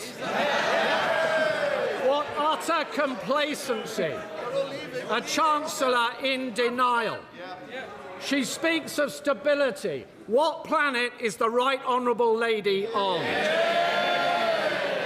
She has lurched from putting up taxes to destroying growth, to destroying headroom, to coming back to putting up more taxes, more growth destroyed. Round and round we go, like a fiscal twister ripping up everything in its path. And Mr. Speaker, Sorry. I will hear the Shadow Chancellor, because people need to recognise there's two sides. Let's hear the other side now. Thank you, Mr. Speaker. They just don't like the truth, Mr. Speaker. That's the truth of it. As our economy bleeds out, what does the Right Honourable Lady do? She comes to this House with nothing to say and with no plan. Unless, of course, doing nothing is a cunning plan to avoid those U-turns further down the line. She is weak, Mr. Speaker. She has even stripped the OBR of its ability to assess whether she is meeting her fiscal targets.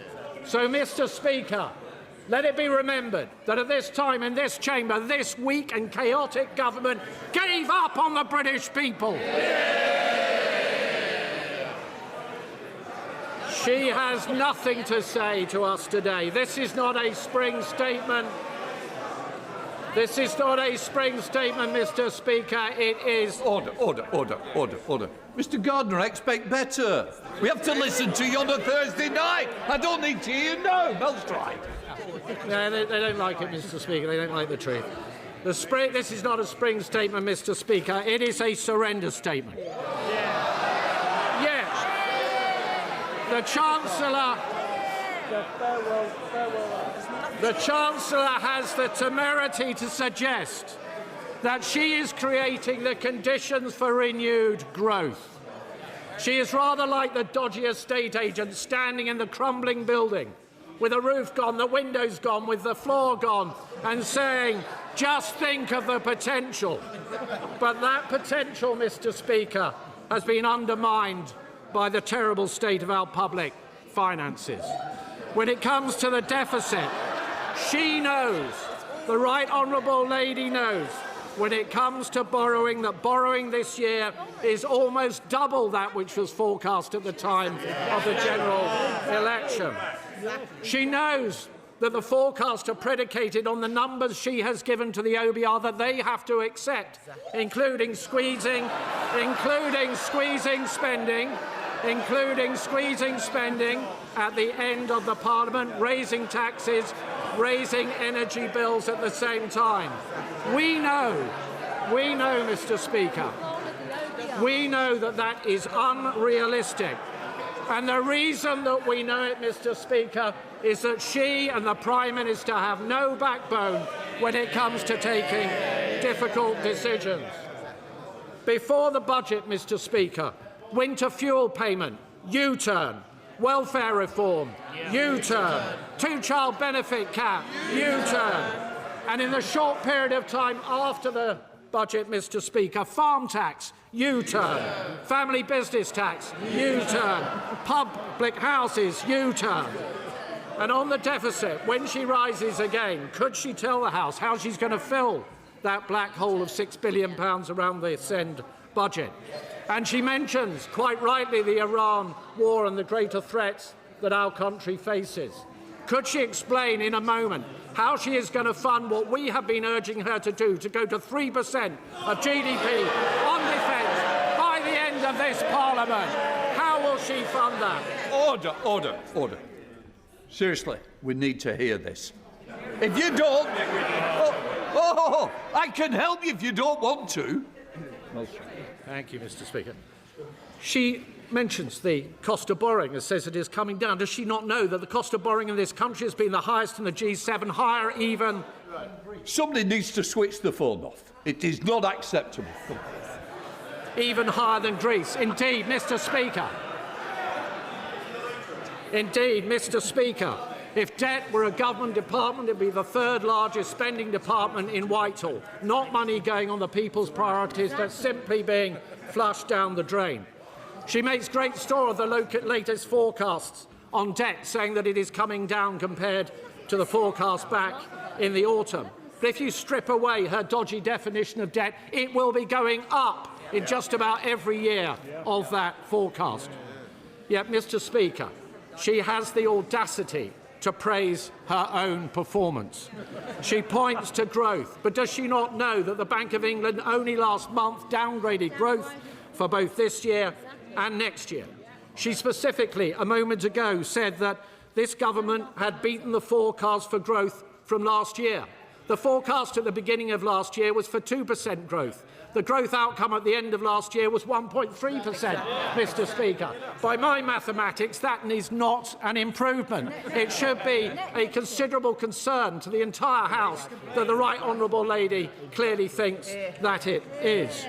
She points to interest rates coming down, but does she not know that her ruinously inflationary policies have seen interest rates higher for longer, meaning more expensive mortgages for hundreds of thousands of people across our country?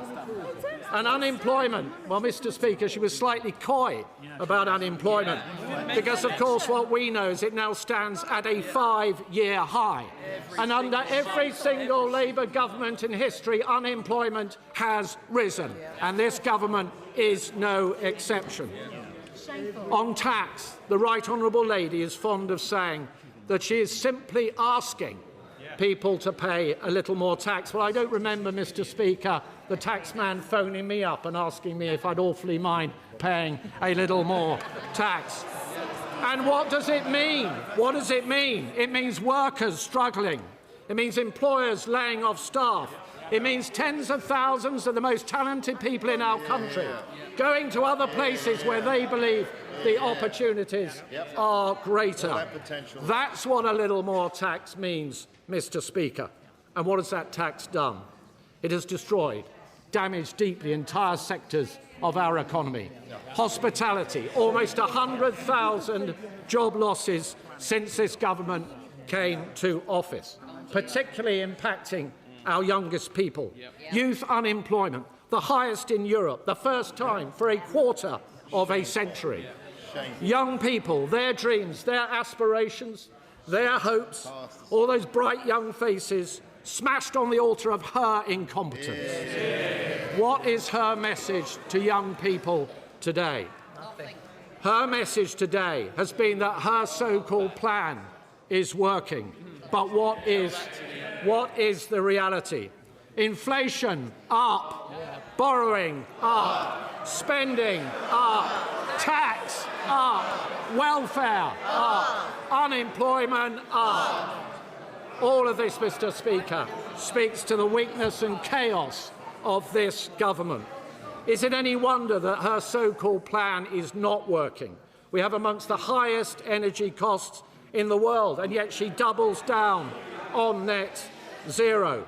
And given where we are, the first thing that the Right Honourable Lady should do is get rid of those taxes on North Sea oil and allow us to start exploiting those opportunities. We have a welfare bill that's spiralling ever upwards. But what does she do? She removes the two-child benefit cap. And we have taxes. And we have taxes heading to the highest level in our history because of her choices, destroying the futures of men, women and children right up and down our country. No contrition, no apology, no plan to do anything about it. But it does not have to be this way, Mr. Speaker. At our conference, we set out how we can control public spending. £47 billion worth of savings, especially on the welfare bill. Some £23 billion in savings, because we are a party that believes in work rather than benefits. We are a party that will do something about it. We are the party of work. They are the party of Benefit Street. We will bring taxes down to kickstart the economy, abolish stamp duty, scrap business rates for businesses on our high streets, a £5,000 tax cut for our young people, a cheap power plan. We will fix student loans. We will invest in apprenticeship. And through our golden rule, Mr. Speaker, we will get on top of the deficit. And by doing that, we will grow the economy. That's our plan. What is her plan? The truth, Mr. Speaker, is that she has no plan, or as her Health Secretary said, there is no growth strategy at all. And even if she did have a plan, she would be too weak to deliver it. The psychodramas swirling around Number 10, the almost daily scandals visiting the door of the Prime Minister, the sight of our once person at the highest level within the diplomatic service being carted away in a car by the police, and backbenchers calling the shots. The Chancellor's credibility has gone. The Prime Minister's Chief of Staff has gone. His Cabinet Secretary has gone. But somehow the Chancellor hangs on. But through the chaotic fog, Mr. Speaker, the drums are drawing ever closer. The British people deserve so much better. So for the hard-working people in our country crushed by taxes, by those denied employment, by the farmers and the family business owners who have suffered in fear for too long, for every hollowed-out high street, for every young person robbed of their future, for every elderly person struggling to survive, for the generations yet to come, we say go. Chancellor of the Exchequer. Well, I know that the OBR didn't publish the forecast until I sat down, but I still think he could have done a little bit better than that. To be honest, I was hoping that the leader of the opposition was going to respond today, and after that performance, I expect she does too. Now, Mr. Speaker.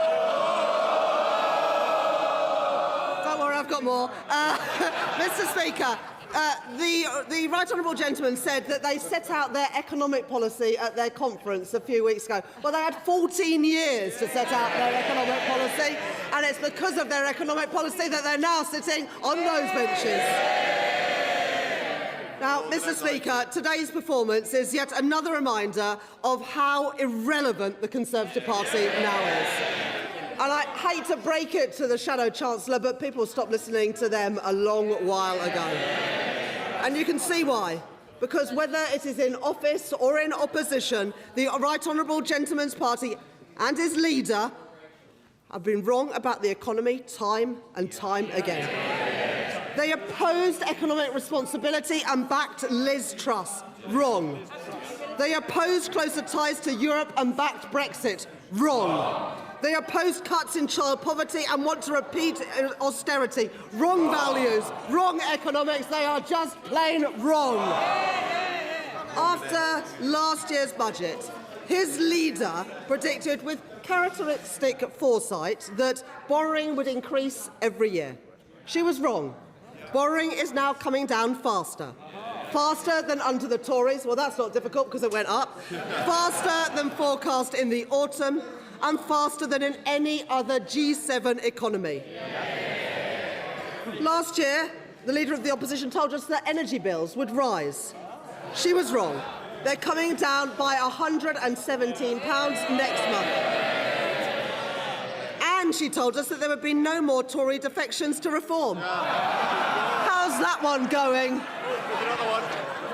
Now, let me return to the substance of his remarks, although I've had to reduce this section somewhat. The Shadow Chancellor mentioned student loans, but he neglected to mention that he was in the party that tripled university tuition fees, froze thresholds and oversaw higher interest rates, which led to the problems we are in today.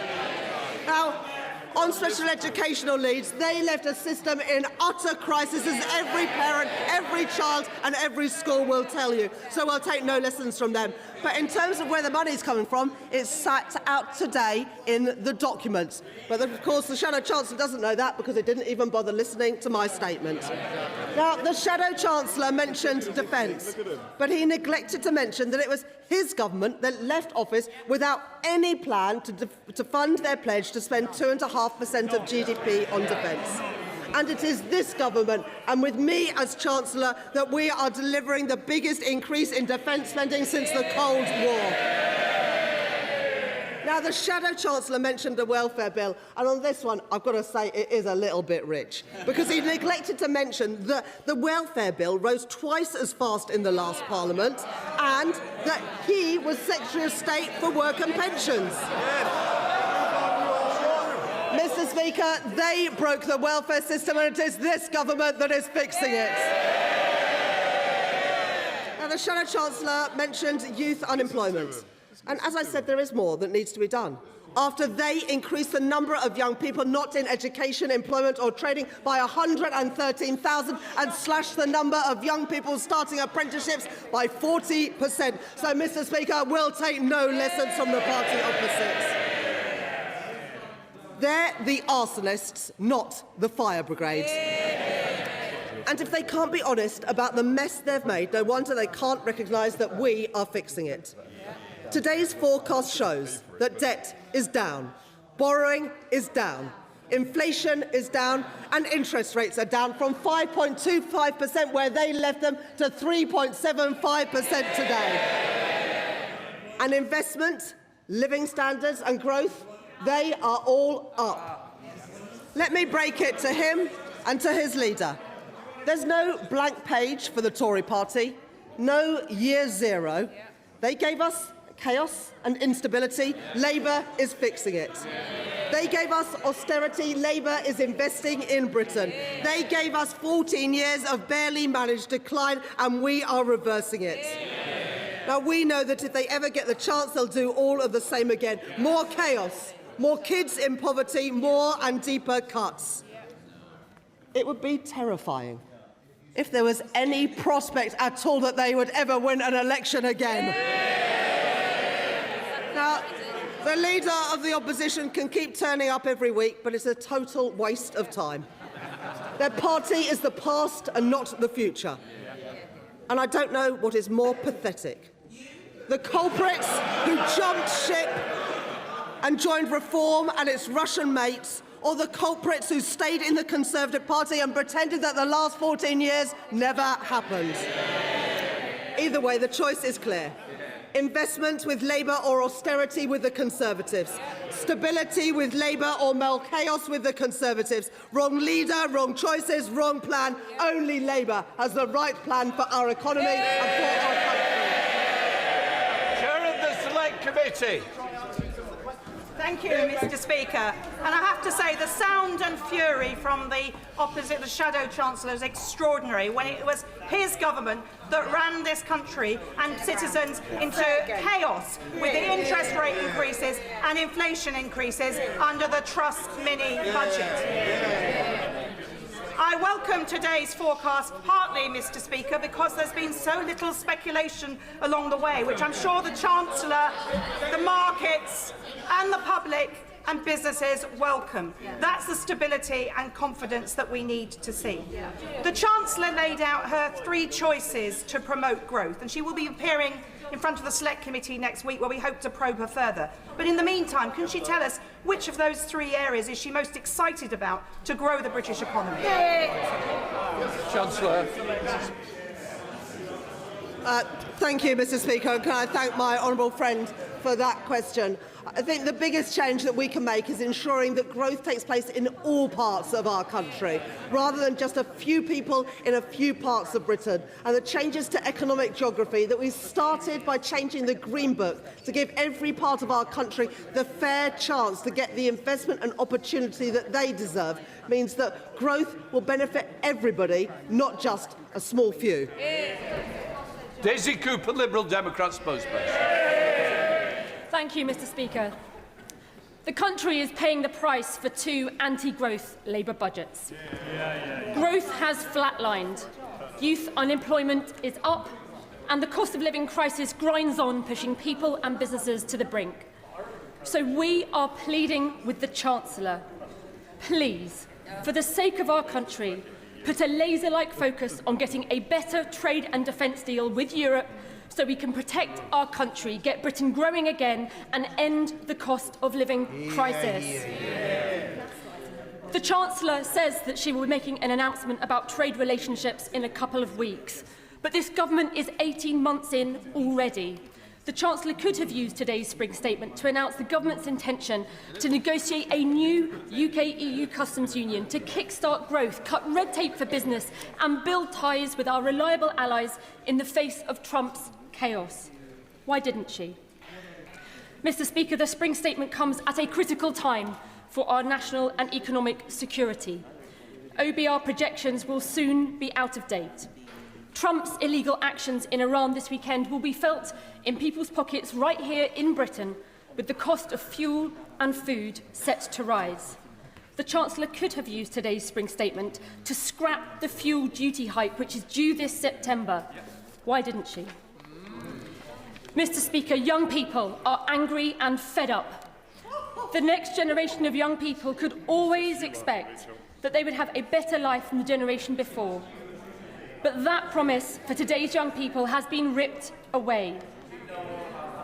Almost 1 million young people, the highest in more than 10 years, are now unemployed. We are facing a youth unemployment crisis. Mr. Speaker, the Chancellor's youth guarantee is simply a sticking plaster for the damage that has been done by the jobs tax. The Chancellor could have used today's spring statement to reverse the jobs tax changes that have undermined job opportunities for young people and part-time workers. Why didn't she? Mr. Speaker, graduates are being ripped off. They've studied hard.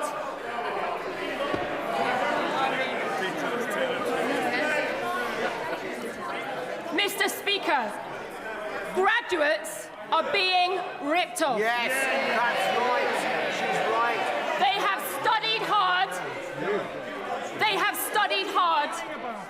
They have done everything they were told to do. But they are facing eye-watering repayment costs and they are struggling to get on in life. Mr. Speaker, on this issue, it is a plague on all our houses. Partisan point scoring does no favours to those young people. We have set out what we would do. The Chancellor could have used today's spring statement to end the repayment threshold freeze, putting £100 back in graduates' pockets in the first year, rising to £210 in the third. Why didn't she? Yeah, absolutely right. And Mr. Speaker, with great instability and conflict around the world and a move away from the rules-based system to great power politics, we must look urgently at building our national energy, defence and food security. And in so doing, we can and must turn the necessity of building national resilience into strategic opportunities for economic growth. We welcome the fact that the government has done a deal for helicopters with Leonardo as a result of the calls from these Liberal Democrat benches, especially honourable members from the South West who have raised this issue week in, week out.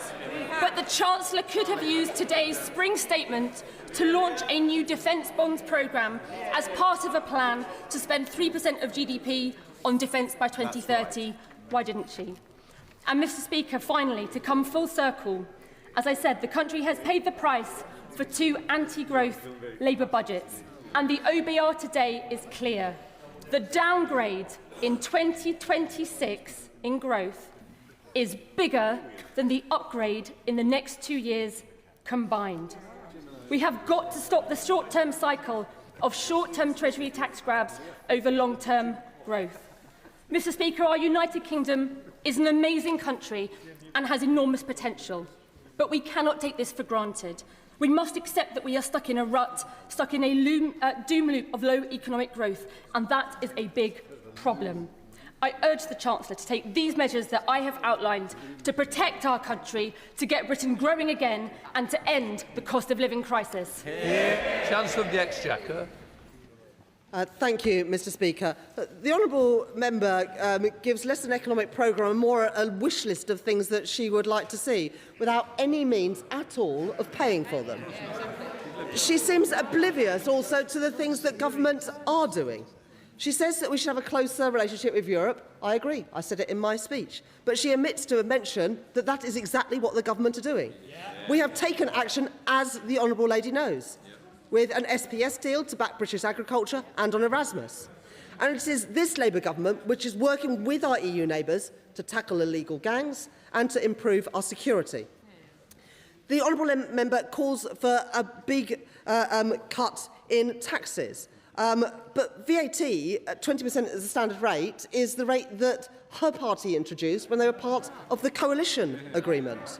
It has been ever since that they were in that coalition. We've provided £4.3 billion of support in business rates and further support for pubs and live music venues. If they want to deliver on this enormous unfunded promise, perhaps she'd like to tell us which public services the Liberal Democrats would like to cut this time. I mean, they cut enough public services when they had a chance and they were in office, but they're too scared to tell us which ones they would do today. Is it the NHS? Is it schools? Is it investment in our regional transport infrastructure? Who knows, because she won't tell us. And it is quite extraordinary. To hear the Liberal Democrats have the nerve to raise student financing. When they trebled tuition fees when they were in government and created the Plan 2 scheme. In fact, it was a Liberal Democrat Secretary of State who oversaw that policy. And the leader of the Liberal Democrats was in that cabinet meeting when they signed off that decision. So we'll take no lectures from them about how to support our young people. Now, the honourable lady says that they've set out what they would do on student finance. Is that a bit like what you did in 2010 when you set out what you were going to do on student finance? Because I remember in 2010, what was it? What were they going to do with tuition fees? That was it. They were going to abolish tuition fees.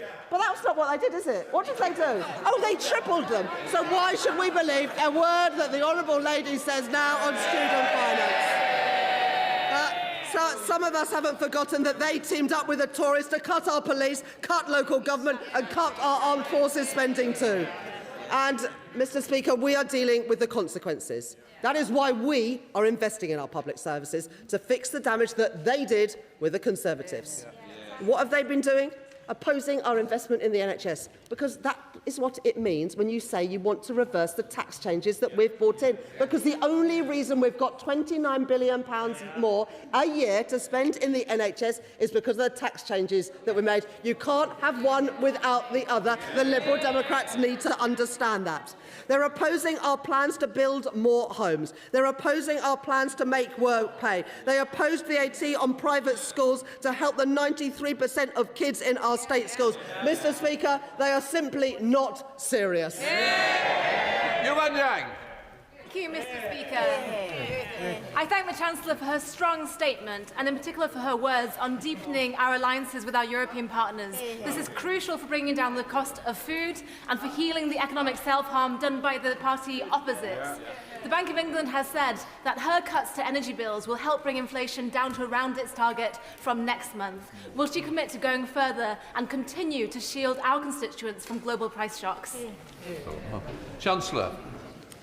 Thank you, Mr. Speaker. The Bank of England forecast that the actions that I took in the budget last year would reduce inflation by around 0.4 percentage points, and that inflation would be back close to target from April. That reflects not just taking £150 off energy bills, but also freezing prescription charges and freezing rail fares as well. Of course, the events unfolding in Iran and the Middle East have resulted over the last couple of days in gas prices going up by more than 60% and oil prices going up by more than 10%, which shows why the plan that we've had to take money off energy bills but also ensure our public finances are in a stronger place, mean that we're in a better place than we would have been 18 months ago after the mess left by the party opposite.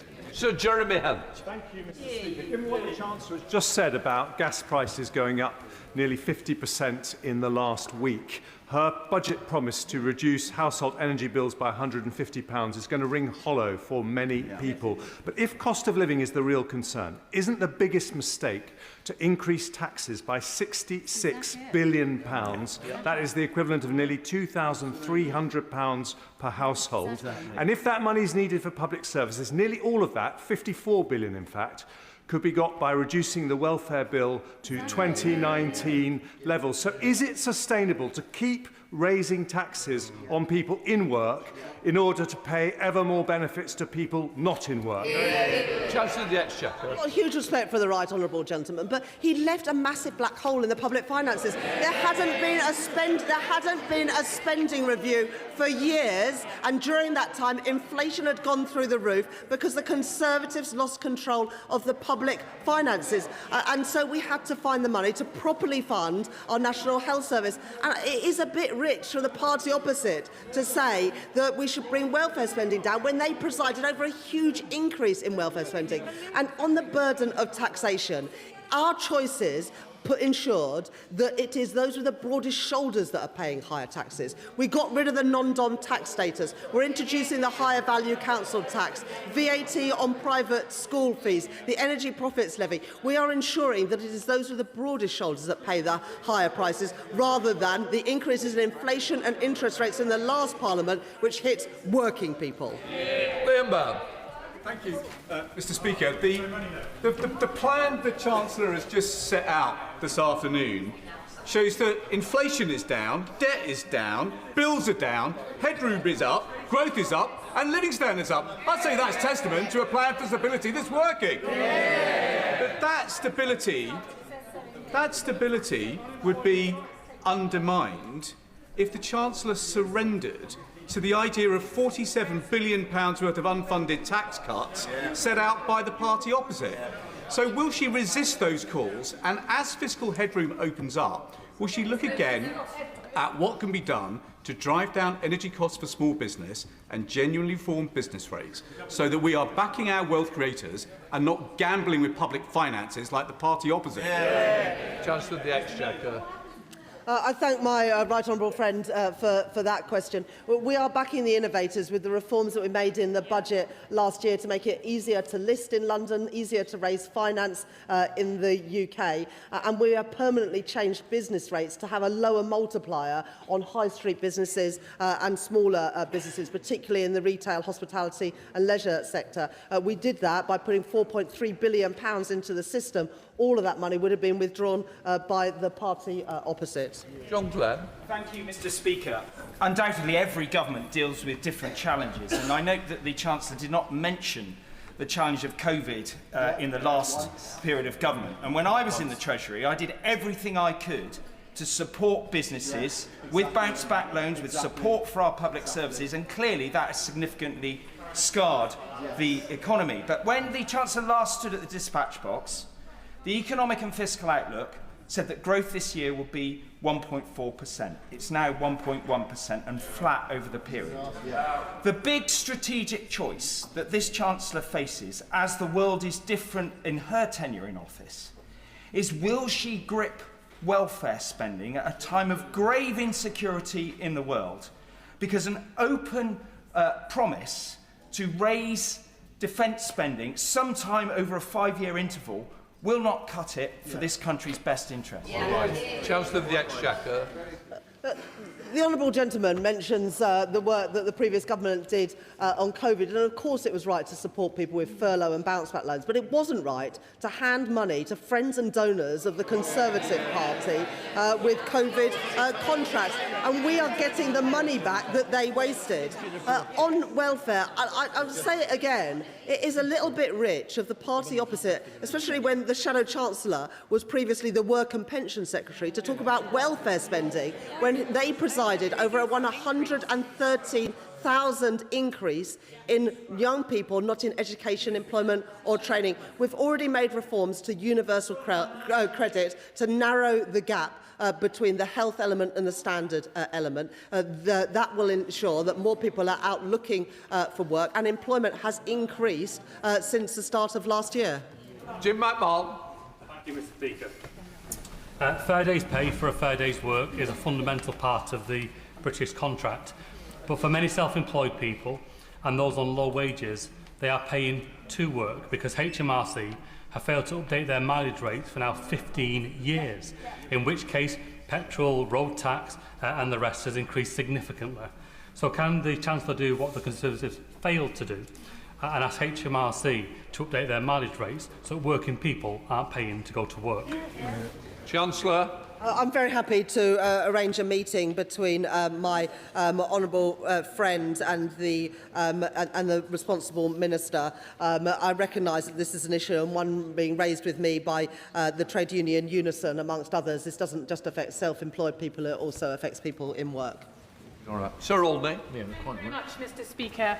Unemployment in the 3 months to December reached 5.2%, the highest rate for nearly 5 years, and youth unemployment has hit a staggering 16%.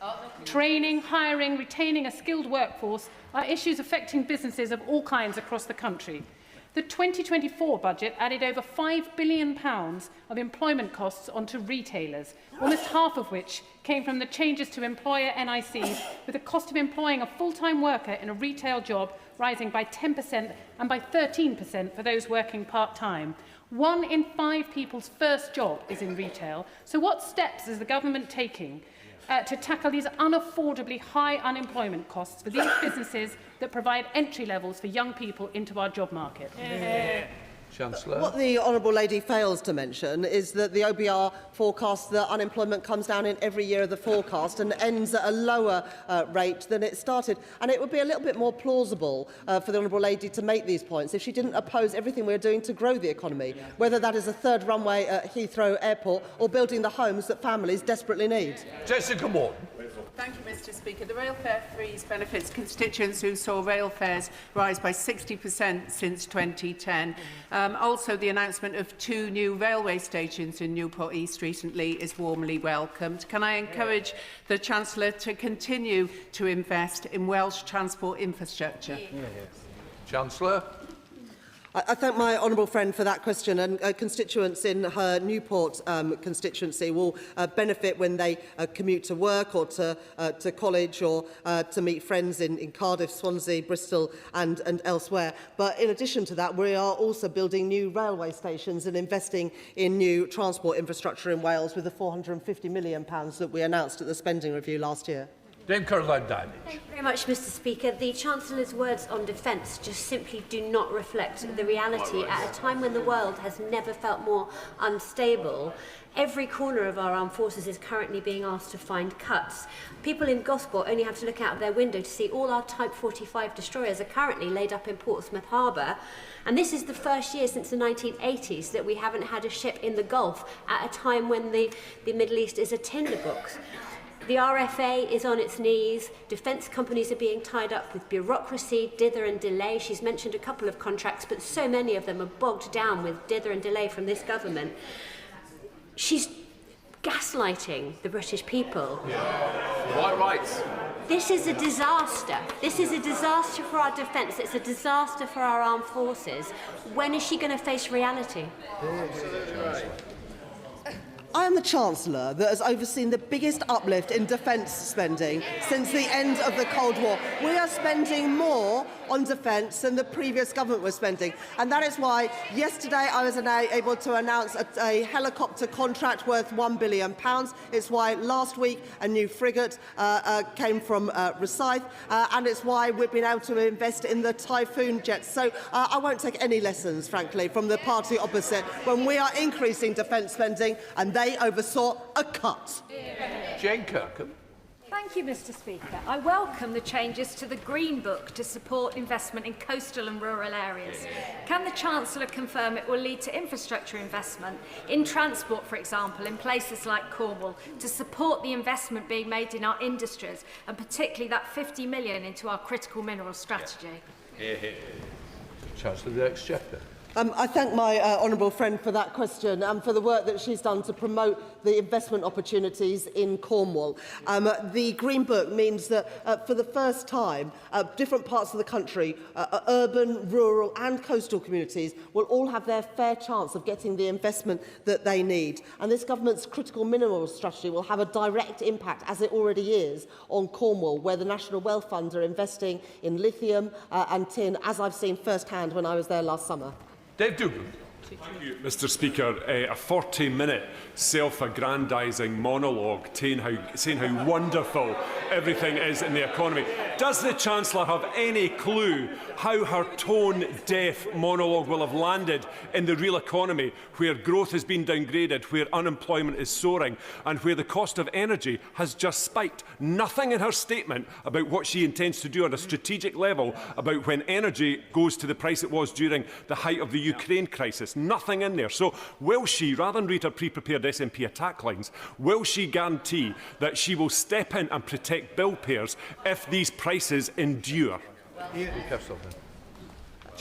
Mr. Speaker, we have taken action to reduce energy bills by £150 from next month. And as I said in my speech, because of the stability that we've returned to the economy, the cuts in interest rates, the cuts in inflation, in interest rates, and the cost of government borrowing means that despite the headwinds from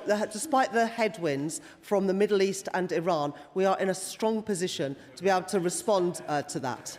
Bill Esterson. Well, thank you, Mr. Speaker. Well, the conflict in the Middle East is, of course, a reminder of the need to reduce our dependence on fossil fuels, which set the price of our energy bills for consumers and for businesses. 80% of the time, gas sets the price for electricity. So the £117 off bills which she announced in the budget is very, very welcome, of course, but will she recommit to giving that long-term stability in our energy prices, bringing bills down for the long term by supporting investment in the generation of renewables, of nuclear, of expanding the grid and of battery storage, which will help domestic and industrial consumers at the same time? Chancellor. I thank the Chair of the Select Committee for that important question. And he's absolutely right. Whether it is the successful auction round 7 that we've just completed for investment in new renewable energy, or the planning reforms to make it easier to build the grid connections and also the wind farms, we're taking the action to secure our energy supplies. And, of course, the investment we put in through the spending review last year to both Sizewell C and also to small modular reactors that will be built in Wales by Rolls-Royce. Esther Magpie. Thank you, Mr. Speaker. Does the Chancellor now accept that there is a correlation between increasing national insurance contribution on employers and higher levels of unemployment? Or does she still believe those two things are not connected in any way? What there's definitely a correlation between is the number of years the Conservatives are in office and how much worse off working people are. Joanna Baxter. Thank you, Mr. Speaker. I welcome my right honourable friend's statement today and her commitment to growth in all parts of the United Kingdom. So I wonder if she could set out for us in a little more detail the Barnett consequentials arising from her statement, and whether she agrees with me that it's increasingly important that in May we elect a government that will spend that money wisely, and that means electing a Labour government in Holyrood led by Anna Sarwar. Chancellor. I thank my honourable friend for that question. In the spending review last year, we set out a record settlement for the Scottish Government as well as for the Welsh Government and the Northern Ireland Executive. And I can tell the House and my honourable friend that today, because of the decisions we're making, I can announce an additional £900 million Ardell spending and £20 million CDEL spending over the spending review between 26, 27 and 2028, 29 for the Scottish Government. And like my honourable friend, I very much hope that it will be Anna Sawa and a Labour government spending that money rather than the SNP wasting it and presiding over higher NHS waiting lists. Robert Jenrick. Thank you, Mr. Speaker. The Chancellor is like a rogue landlord who keeps squeezing the tenant with higher and higher rents. All the while, the property is going to rack and ruin. I don't know who she's speaking to, but she needs to get out and talk to hard-working people who are hard up right now. People worried about their bills and the lack of good jobs. Not the extremists that she cozies up to for votes. Now, the next scheme that the Chancellor has, to raise taxes on working people is to hike fuel duty at the pumps. Will she cancel it? Will she give some relief for care workers, for white van men, for hard-working people who get up early in the morning and drive to work, and who are the backbone of this economy? Chancellor the Exchequer. May I be the first to congratulate the right honourable gentleman on his new role. I know it wasn't the first job he wanted, or indeed the second one, but a spirited intervention. I'm not sure if he shared this one with George Osborne. I could venture maybe one piece of advice. The thing about betraying your party is that you have to stop asking your old friends for advice. But perhaps, given that he called his new colleague Zia useless a couple of months ago, he needs all the friends that he can have. Now, it might have been a couple of weeks ago, but the right honourable gentleman used to be in a party that was going to get rid of the fuel duty support just 3 months after losing office. That was in the plans that we inherited and we scrapped them. As a result, we have extended... Well, they say it's rubbish, but it was actually in their last budget. And party's budget and his party's manifesto. Abraham. Thank you, Mr. Speaker. And I welcome my right honourable friend, the Chancellor's statement, and absolutely agree that this year, this is when the British public will start to feel the difference of having a Labour government. But I wonder if my right honourable friend could just expand on what she's doing to ensure that all dimensions of inequality, income, wealth, power and health are tackled, and that these benefits are felt all across the country and in all communities. Chancellor Dexter. I thank my honourable friend for that question, and the OBR confirmed today, by the end of this Parliament, people will be £1,000 a year better off. That compares to a fall in living standards under the previous government. And in terms of my honourable friend's constituency in Oldham and Saddleworth, I know that she has Pride in Place funding to ensure that we are investing in those places that were forgotten and left behind under 14 years of Conservative governments. I hope the Chancellor will accept that I'm someone who's challenged successive governments over inadequate defence spending. And if she does, will she also accept that it's not a wise idea to keep comparing current defence spending with the levels of defence spending, quotes, since the end of the Cold War? We're not in since the end of the Cold War now. We're in a hot war in Europe, and we're in an incendiary war in the Middle East. Does she know what percentage of GDP Mrs. Thatcher spent during the Cold War years of the 1980s? I'll give her a clue. It was twice what we spend now in terms of percentage GDP. Chancellor. The honourable gentleman stood on a manifesto a year and a half ago that had absolutely no explanation of how their party was going to increase defence spending. This government have increased defence spending, and so instead of criticising, I'm surprised he didn't welcome it. Thank you, Mr. Speaker, and I thank the Chancellor for outlining how we will finally turn the wheels on the 14 years of suffering that many constituents in my constituency and across the country have been feeling. Many people still complain about the cost of living and they're impatient for that change. But hopefully by what the Chancellor set out this afternoon, we'll start to see that turning. One of the issues I wanted to flag with the Chancellor is, rightly so, we are seeing a change in business rates. One of my constituents who owns a business, Chocolate Dino, highlighted that central London rateable values are still quite high and the small business rates relief thresholds have remained static. This is having such a big impact on independent and small businesses. I just wanted to ask the Chancellor if she has any more additional areas where she can look into this so that we can see those businesses who are the backbone of UK PLC thriving. Chancellor.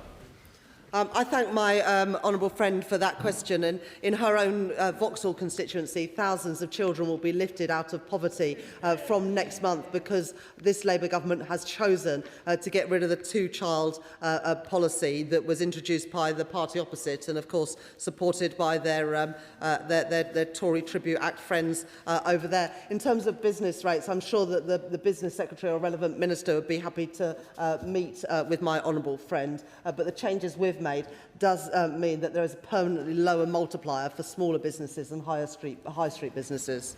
Richard Port. Thank you, Mr. Speaker. There are many small and medium-sized enterprises that add value to our towns and villages, but I'm concerned about their survival. For example, the Community Waffle House in Axminster is a community interest company that is struggling under the pressure of last year's national insurance increases. Axminster Waffle boasts £3.9 million in public sector cost avoidance and value created, judged by the DCMS Wellbeing Valuation for Reduced Loneliness. Will she consider VAT relief to take account of the public sector cost avoidance by the CIC and other hospitality businesses? Chancellor. This Labour government have permanently reduced the multiplier faced by small businesses and high street businesses, the business rate system that we inherited from the previous government. And the honourable gentleman mentions VAT. When Labour left office in 2010, VAT was 17.5%, and the Conservative government, with the help of the Liberal Democrats, increased it to 20%, and it's been there now for 25 years. If you want to cut taxes, you also have to explain which public services you're going to cut. We've increased spending by £29 billion on the health service. That was the right decision, but it was only possible because of the tax decisions we've made.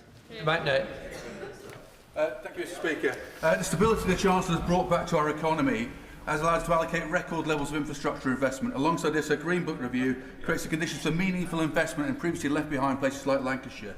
Yet, as the review highlights, places like Lancashire, which do not yet have a mayor, can also lack the capacity and capability to bring forward fully investable business cases.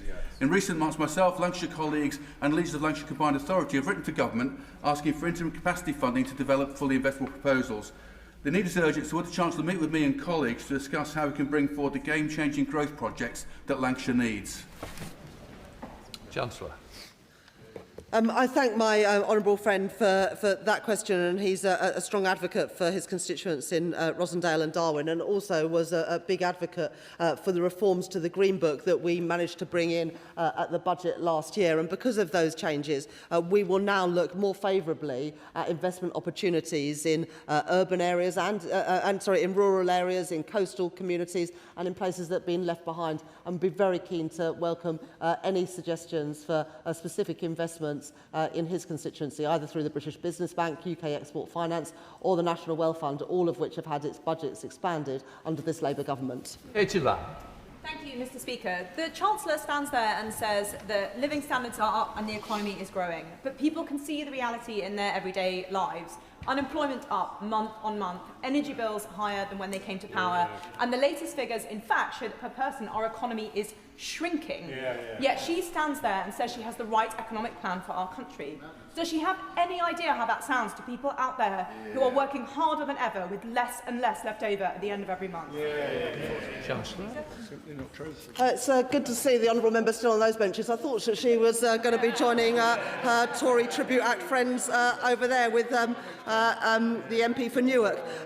What the Office of Budget Responsibility document shows today is that people are going to be £1,000 better off by the end of this Parliament, whereas under whereas under the previous government, living standards actually fell, and GDP per capita by the end of this Parliament is set to be 5.6% higher, whereas under the previous Conservative government, GDP per capita fell. Toby Perkins. Very much indeed, Mr. Speaker. My right honourable friend will hear a lot from politicians today, although it appears not from Reform because they've all gone. But does she agree that the most important people to listen to is not the sound and fury in this room, but that those who actually lend money to the government believe that the proposals that she has are worth lending money against, and for that reason the amount that we'll be spending on debt interest is falling, and that unlike the party opposite, they think that the UK is a good credit risk in comparison to those other G7 nations? And can she say any more about how she can bring these electricity prices down to really support that growth that she's all about? I thank my honourable friend for that question, and he knows that if we can improve living standards and also reduce how much we're spending on servicing the debt racked up by the Conservatives, we'll have more money to spend on the priorities of people in Chesterfield and elsewhere. But what the numbers today confirm is that we will be spending £4 billion less on debt interest next year than was forecast even in the budget just a couple of months ago, and that is because of the stability that we've managed to return to the economy. Under the Conservative government, before Liz Truss, we were spending the average of the G7 on our debt servicing costs. That rocketed under Liz Truss. We've already managed to reduce some of that borrowing premium, but if we continue, we have a £15 billion prize on offer, and that will be money to spend in our communities and on the priorities of working people, whereas under the previous government, we just spent more and more on servicing debt interest costs.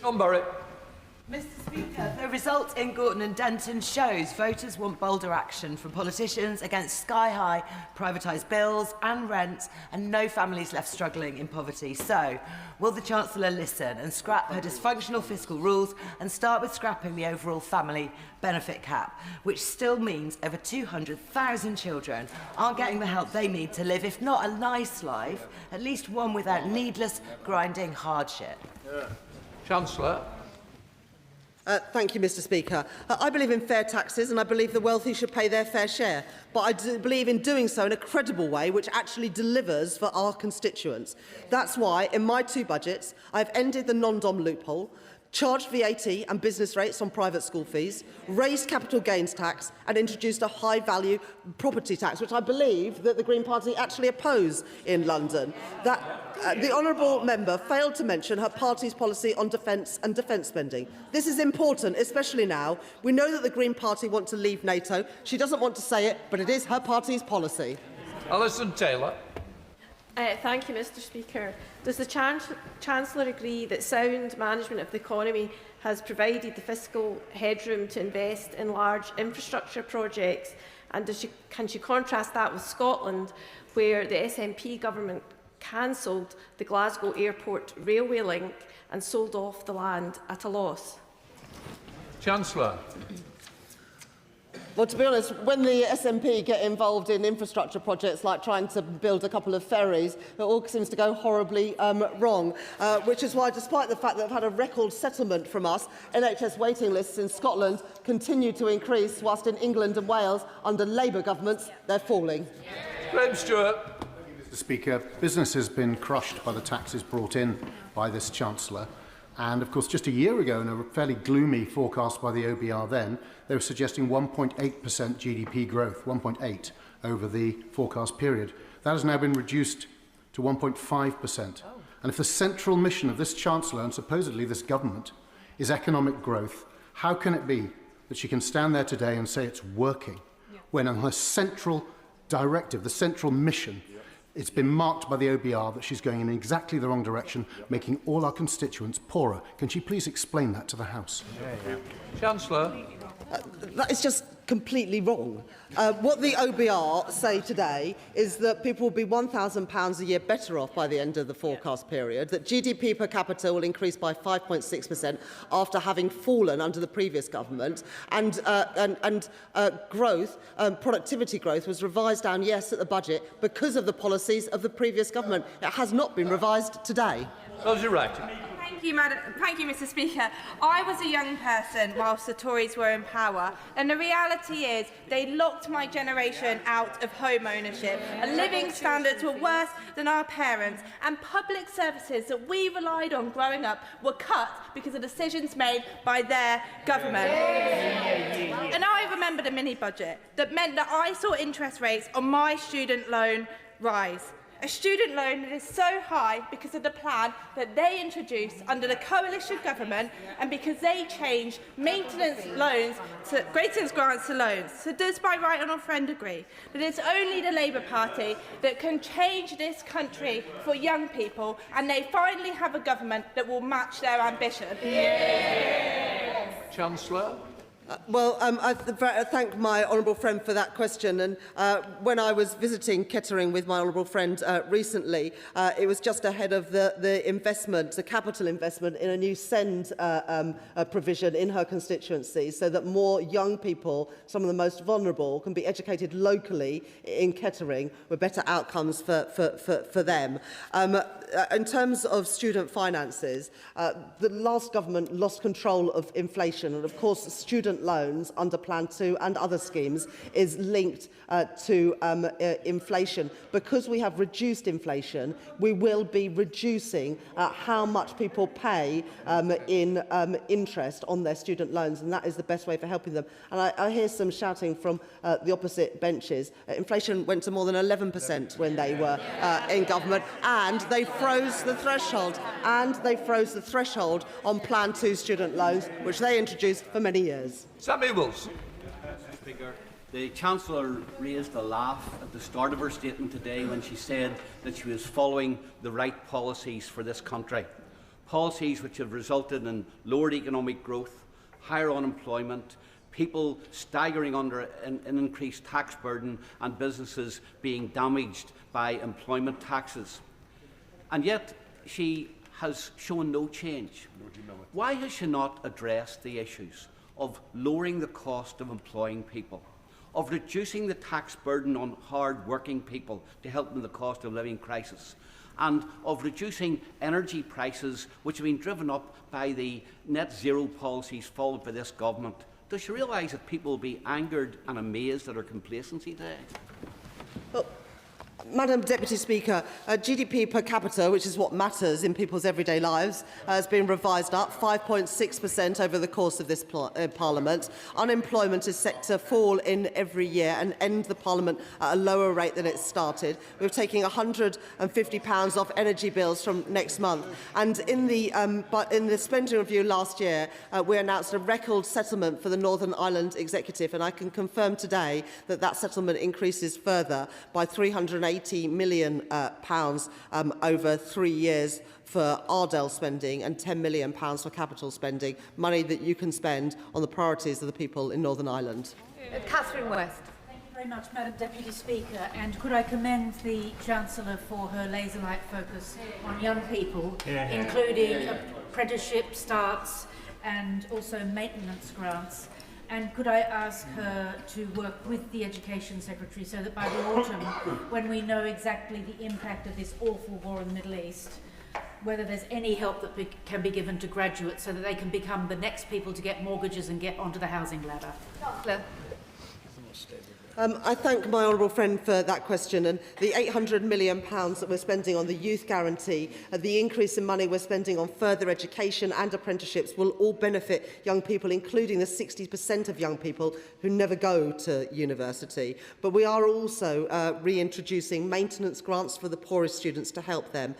We are also reducing inflation, which will mean that people pay less back every month on their student loans. And my honourable friend rightly mentions that it is the budget where we set out a major fiscal policy. But I would also say, with the events that are unfolding in the Middle East and Iran at the moment, we do need to make sure that we can fund all of the government's priorities and all the priorities of our constituents. Ben Obsujecti. Thank you, Madam Speaker. We've heard several different discussions here on defence today, but may I remind the Chancellor that yesterday morning an Iranian Shahed drone struck the runway at RAF Akrotiri. Now, that wasn't taken out by any counter-drone technology because that was due to be announced in the Defence Investment Plan that the Armed Forces Minister informed me was due to be announced in autumn 2025. It's now spring 2026 and we still haven't seen the Defence Investment Plan. We've had a budget since then and we've now had the spring forecast. Could the Chancellor assure us that all of the recommendations that are pledged to by the government will be delivered from the SDR in the Defence Investment Plan when it's announced? Chancellor. Well, I can assure you that we'll be able to do an awful lot more because we're increasing defence spending compared to the legacy that was left by the Conservative government. The biggest increase in defence spending since the Cold War because of the decisions that we have made as a government and because of the decisions that our Prime Minister made at the weekend. We're degrading the capability of Iran to continue these attacks. Luke Murphy. Thank you, Madam Deputy Speaker, and I thank the Chancellor for her statement. The thing that animates my constituents most is the cost of living and the crisis in their living standards, a crisis that came about as a result of the failed economic policies of the party opposite, who left with the worst record on living standards on record in the last Parliament. So my constituents particularly welcome the action on energy bills, rail fares and childcare. But can the Chancellor confirm that in every policy, legislation and budget in future, she and the government will continue to focus on driving up my constituents' living standards? Chancellor. I thank my honourable friend for his question, and people in Basingstoke will benefit when they commute to work on a train, when they pay for their prescriptions and when they get their energy bills next month that will see them come down. But also by reducing borrowing, and the cost of borrowing means we've got more money to spend on the priorities of people in Basingstoke rather than just paying the interest on the debt racked up by the Conservative Party. Cross. Thank you, Madam Deputy Speaker. The OBR's forecast has again downgraded oil and gas revenues. From March to November last year, it was downgraded by over 41%. From November to March now, it's been downgraded by another 20%. Ouch. By 2030, we're now expecting only £100 million of tax returns from the oil and gas industry, which used to return billions every year. Madness. That's because production is falling and investment is going abroad. When the Chancellor meets with oil and gas companies tomorrow, and I hope she has a great meeting, they will tell her that the reason and the thing that they need is the EPL to be taken away because that's costing jobs, investment and energy security. Is she going to listen to them or will she keep ignoring the sector? Our country will continue to rely on oil and gas from the North Sea for many years to come. But I would just encourage the Honourable Lady to read the documents properly, because the reason why the money from the Energy Profits Levy, and this is just the Energy Profits Levy, not all the other taxes paid, the reason it falls is because the oil and gas prices have fallen so sharply since the budget last year. But of course, in the last couple of days, those oil and gas prices have increased hugely. The reason the Conservative government introduced the Energy Profits Levy in the first place was because the increase in oil and gas prices and used that money to take money off people's bills. And so that's just from the... Look, the Honourable Lady just needs to go back and do her homework. That is just from the Energy Profits Levy and reflects the lower energy prices. Those energy prices, as some of her colleagues have mentioned, are unlikely to persist after what Iran has done. Callum Anderson. Madam Deputy Speaker, the OECD and the IMF have both recognised the importance of the government's fiscal discipline, which is important given the increasingly volatile global economic environment. Can she set out more actions that she is taking with others across government to control public spending so that the government can prioritise the long-term investments that boost our global competitiveness and dynamism and fulfil our defence spending requirements? Chancellor. I thank my honourable friend for that question. And by controlling public spending, we can get the cost of borrowing down. And we saw this in the most recent public finance numbers, which showed the biggest ever January surplus, biggest ever surplus on the government national accounts. And that means that we've got more money to spend on people's priorities because we are controlling spending and bringing in the tax revenue that is needed. That's the first time it's happened, and it's because the choices that we have made as a government. In room. Thank you, Madam Deputy Speaker. The Chancellor refers to opportunities young people deserve. However, hundreds of college students in my constituency of North Devon have spent days and weeks unable to travel to college due to flooding and rail closures. Can the government confirm that it will invest in their life chances by doing more to upgrading our transport infrastructure, especially our rural railway lines, such as the Tarka line in North Devon, because it's not working at present? I'm very happy to ask the Secretary of State for Transport or one of her ministers to meet with the Honourable Gentleman to talk about the specific issues in his constituency. We are committed as a government, as he knows, to increase capital investment by £120 billion over the course of this Parliament, because we know how important that infrastructure is, whether it's energy infrastructure to get down energy bills, rail infrastructure to get people to work, or digital infrastructure to make the most of the AI revolution. Damien Griffith. Indeed, Madam Deputy Speaker. Well, I recognise the wisdom of increasing budget headroom, and I very much welcome the record budget settlement the Chancellor has given to Welsh Government so that they can fund and improve public services. But to fund this, can she explain how she is ensuring that those with the most wealth pay their fair share, so that our Welsh Labour aspiration of fairness you can feel becomes a reality for my constituents in Llanelli? I thank my honourable friend for that question, and I also want to take this opportunity to confirm that because of the choices in today's spring forecast, the settlement for the Welsh Government over the next 3 fiscal years will mean an additional £540 million RDEL and 15 million CDEL to spend on the priorities of the Welsh people.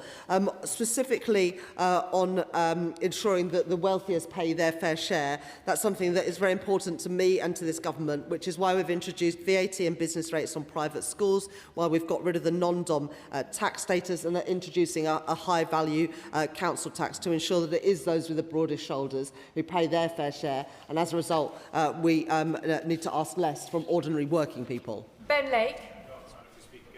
Small businesses form a critical role of the economy of places such as Ceredigion and Preseli, and as the Chancellor will know, increased energy costs has been a real pressure on the ability of small businesses to operate in recent years. And so can I ask the Chancellor, in light of the events of the weekend and the crisis in the Middle East, what consideration is the government giving to additional support to help small businesses meet the rising energy costs? We are only a couple of days into this conflict, and it is important to see where things go in the next few days. And as I said in my statement, I'm in regular contact with international counterparts right across the world, including in the Middle East, with the Governor of the Bank of England and with sectors, both maritime and oil and gas, who are most affected by what is happening now. But I think you can see by the actions of this government, whether it is taking £150 off domestic energy bills or the extension of the supercharger, which comes in next month to help energy-intensive industries with their energy costs, that we're determined to help people. But in addition, as I just said to my honourable friend from Llanelli, the spring forecast today includes an additional £540 million of RDEL spending and £15 million of CDEL spending, so that the Welsh Government can spend on the priorities of the Welsh people. Karen Moon. Whereas, Madam Deputy Speaker, through the National Wealth Fund and the Kerno Industrial Growth Fund, this Labour government has invested over £100 million into Cornish critical minerals and renewables, which in turn has unlocked vast sums of private sector investment. Does the Chancellor agree with me that it's precisely because of this government's careful nurturing of the UK economy that means that she can help unleash the Cornish Celtic tiger, and while opposition parties scurry around the TV studios trying to run down the UK economy, she's just getting on with the job of fixing the mess that they created? Chancellor. I thank my honourable friend for that question. And there are huge opportunities in the Cornish economy, in defence, in energy and critical minerals, as I saw when I was in Redruth and Camborne and in other parts of Cornwall last summer, including visiting the South Crofty tin mine, which has had National Wealth Fund money. That, alongside the Kerno plan, gives me great confidence that the opportunities that exist in Cornwall will be invested in by both both this government through our public finance institutions and also the private sector. Dr. Luke Evans. Thank you, Madam Deputy Speaker. And I want to raise the issue of the freezing of thresholds and the effect on state pension, because when the Chancellor did it in the budget, she told Martin Lewis that some people will be pulled into paying tax and won't have to pay small amounts of tax and won't have to do a tax return. Well, the updated forecast now says this year 600,000 pensioners will be brought into paying tax and going to 1 million by the end of this Parliament. So could she set out what the definition is of small amounts of tax and what the mechanism is she will use to make sure they don't have to do a tax return? Chancellor. As I said after the budget last year, if you just get the basic state pension, you will not be paying tax. We will be setting out more details of that in the coming months. Amanda Martin. Thank you, Madam Deputy Speaker. In Portsmouth North, we know the reality we inherited from the previous government. People felt it in a closed shipyard, in stretched households, in Tory food banks that keep popping up everywhere, higher mortgage struggling, and high streets and pubs closing, education and send cuts and cuts to apprenticeships. I know many are desperate for rapid change, but I know and hope today that many can see from our statement we are on the right track. Retail sales rising, wages rising, 6 interest rate cuts, and defence investment backing jobs in my city, and a renewed focus on send and education apprenticeships. Does the Chancellor agree with me that coastal communities like Portsmouth, stability and long-term investment and not cuts is how we can build household confidence, put more money in pockets and secure a future for my residents? Just before the Chancellor responds, to support me to get more members in, can the questions please be short? Chancellor. I thank my honourable friend for that question. I know in her Portsmouth constituency you'll be benefiting from Pride in Place funding to invest in those places that were forgotten by the previous government. Will benefit directly from the uplift in defence spending, not just in ensuring our country's security, but good jobs, paying decent wages in Portsmouth. And our reforms to the Green Book means that coastal communities will get their fair share and will get an opportunity to bid for funding to help grow their economy through the £120 billion we're putting in for capital investment. Madam Deputy Speaker, if lifting the two-child benefit cap is such a moral imperative of this Labour government, could the Chancellor advise the House why it was that only 20 months ago a commitment to do so was entirely absent from the Labour Party manifesto, and why it was that 19 days after that election they withdrew the whip from 7 Labour MPs for the apparent crime of voting for that moral imperative? Chancellor. I've always been clear that any policies that this government will announce will always be fully costed and fully funded. And it wasn't until the budget last year that I was able to guarantee that. We set out how that would be funded through the gambling tax and also cracking down on tax avoidance and tax evasion. But perhaps the honourable gentleman could advise why he wants 500,000 children to return straight into poverty. Sarah Coombs. We've heard a lot about young people today, but in my constituency of West Bromwich, the thing young people really want is the chance to own their own home. But for years, they've been locked out of that because of sky-high mortgage rates, thanks to the policies of the party opposite. I welcome the 6 interest rate cuts that have been overseen under this government. And can the Chancellor elaborate on what more we are doing to help young people in West Brom get on the housing ladder and bring down the costs of borrowing? I know that families and young people in West Bromwich and across the country want to get on the housing ladder. That's why we've committed to build 1.5 million new homes in this Parliament. It's why we have returned stability to the economy, allowing the Bank of England to cut interest rates 6 times. And it's also why in my Mansion House speeches I've announced regulatory reforms to make it easier for banks and, crucially, building societies to lend more to first-time buyers, and they are doing just that. Madam Deputy Speaker, the Chancellor must be concerned that none of the good news she shared with us today is being felt by people in the real world. Inflation is down, but she will know that that doesn't suddenly make things more affordable. And interest rates are down, but she will know that millions this year, when their fixed rate terms expire, will lock into higher rate deals. Combine this good news with higher taxes, higher unemployment and a slowdown in growth, and it's no wonder that people still feel squeezed this year as they did last year. So my question to the Chancellor is this: if her plan is working, when will people actually feel the benefit? Well, Well, every month since that I've been Chancellor of the Exchequer, wages have risen faster than inflation. We've increased the national minimum wage and the national living wage to put more money in the pockets of the poorest people. And the interest rate cuts mean that compared to when I became Chancellor, a typical family getting a fixed rate mortgage will be paying £1,300 less a year. And the OBR confirmed today that GDP per capita will rise by 5.6% during the course of this Parliament. I recognise, though, that the legacy of the previous Conservative government still runs deep, and it will take a while for people to feel the impact of these policies, but I'm confident this will be the year that things start to turn around. Elsie Blundell. Serena Brackenridge.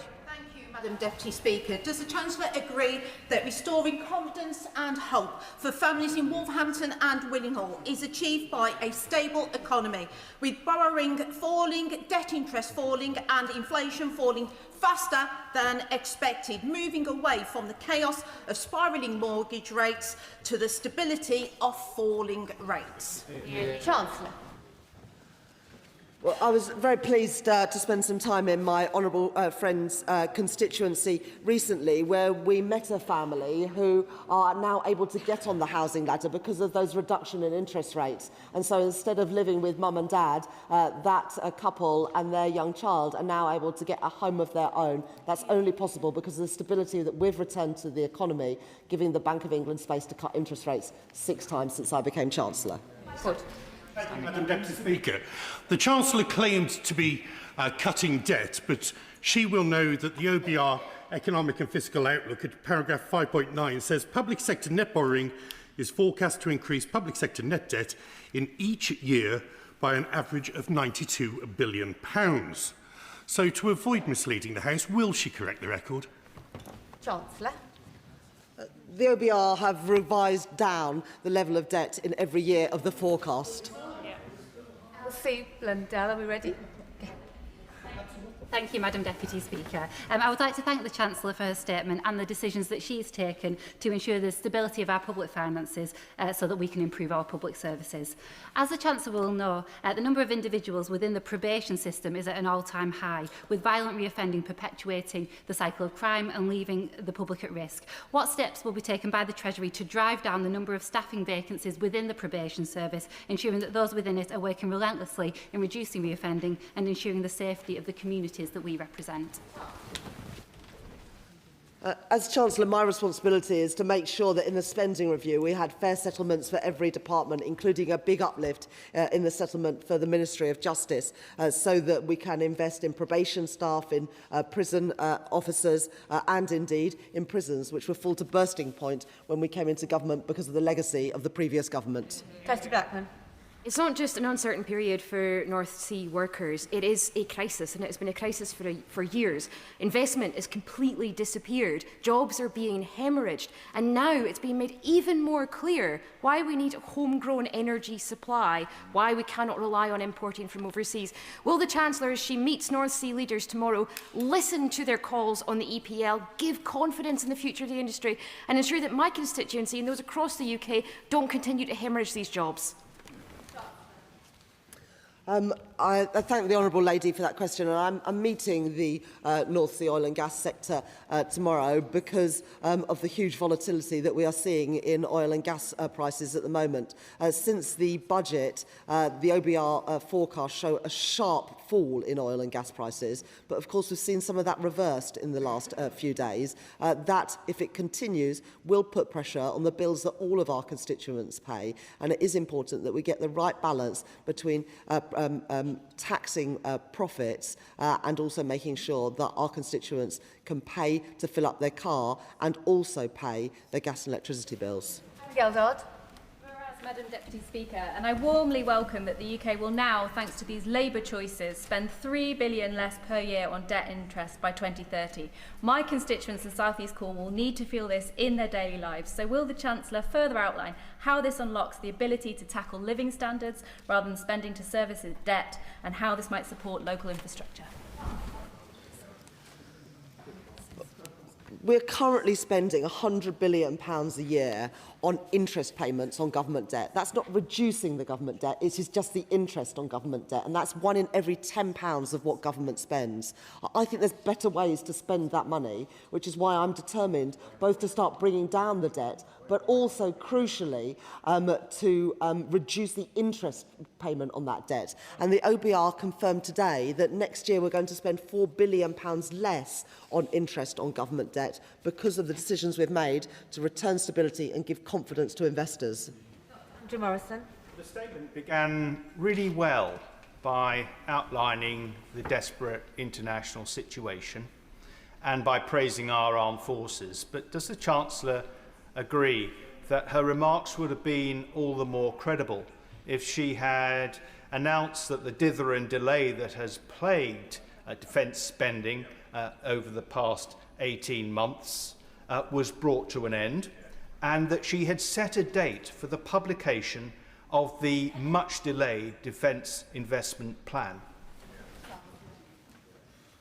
I think it's a little bit rich for the Conservatives to talk about dither and delay when it comes to defence spending. They had 14 years and defence spending fell as a share of GDP. We are increasing it, the biggest uplift in defence spending since the end of the Cold War, and that is the right decision in light of the challenges it faced. But frankly, if the Conservative government had made those choices sooner, we might not be in such a position today. John Grady.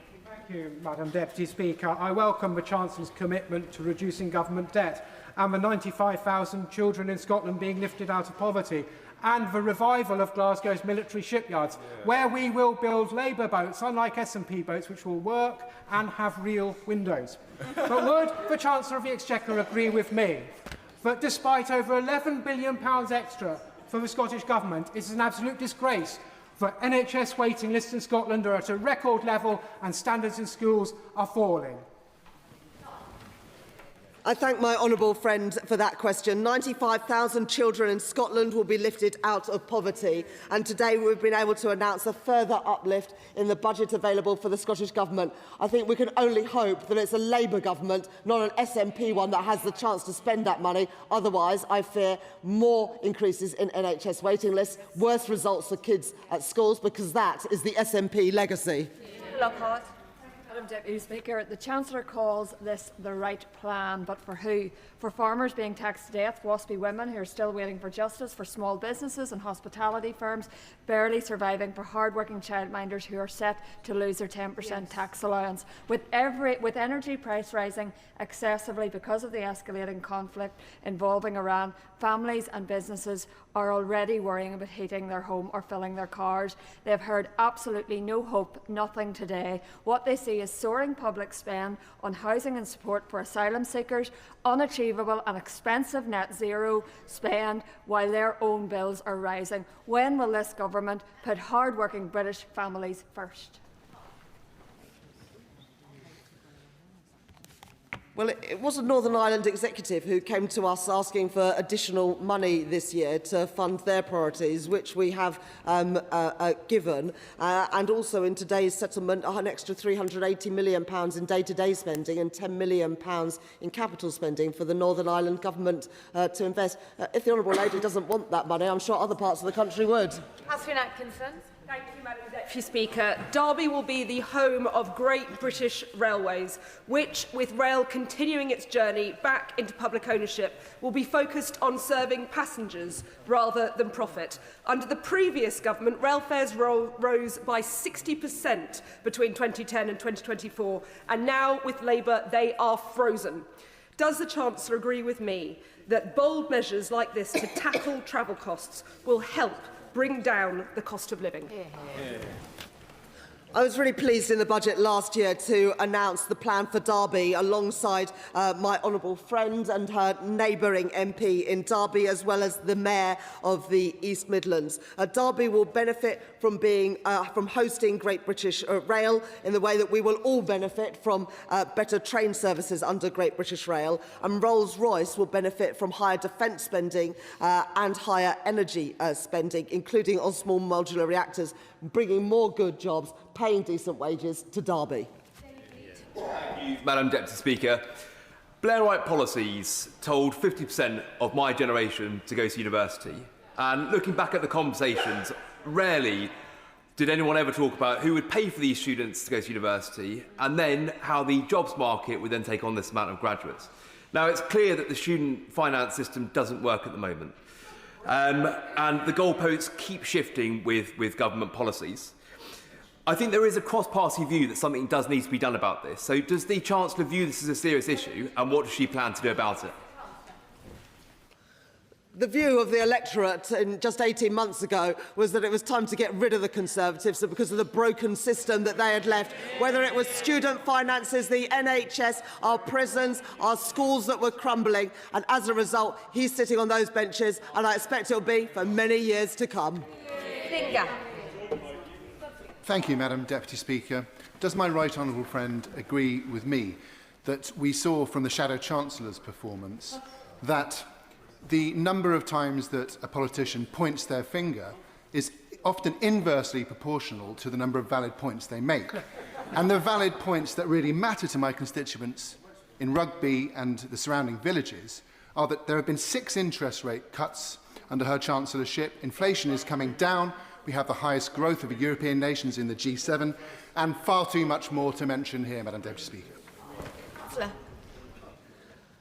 It was a real pleasure after the budget last year to join my honourable friend at a community centre in Rugby, where I was able to talk to his constituents about the benefits of the £150 cut in energy bills. But the conversation I remember most of all in my honourable friend's constituency was with a woman who had lost her husband just 6 months before.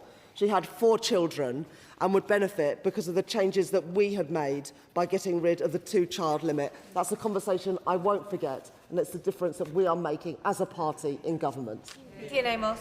Thank you, Madam Deputy Speaker. Monkton Elm Garden Centre, with its 400-cover restaurant employing 120 staff, I've been hit by a £70,000 increase in their business rates this year as part of a £178,000 cost put on by the last budget. What they would like to know from the Chancellor is if the government won't accept the 5% cut in VAT that Liberal Democrats would fund from a tax on bank levies, by the way, not from cutting services, would the Chancellor nonetheless extend the 15% discount to pubs on their business rates to restaurants and give our local businesses the support they need and give everyone the boost they want to see in our economy?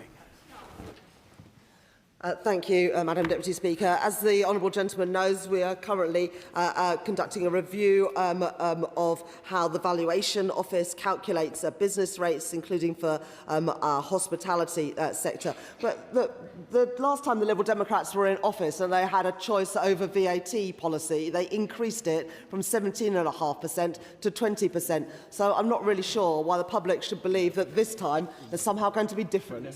Graham Downey.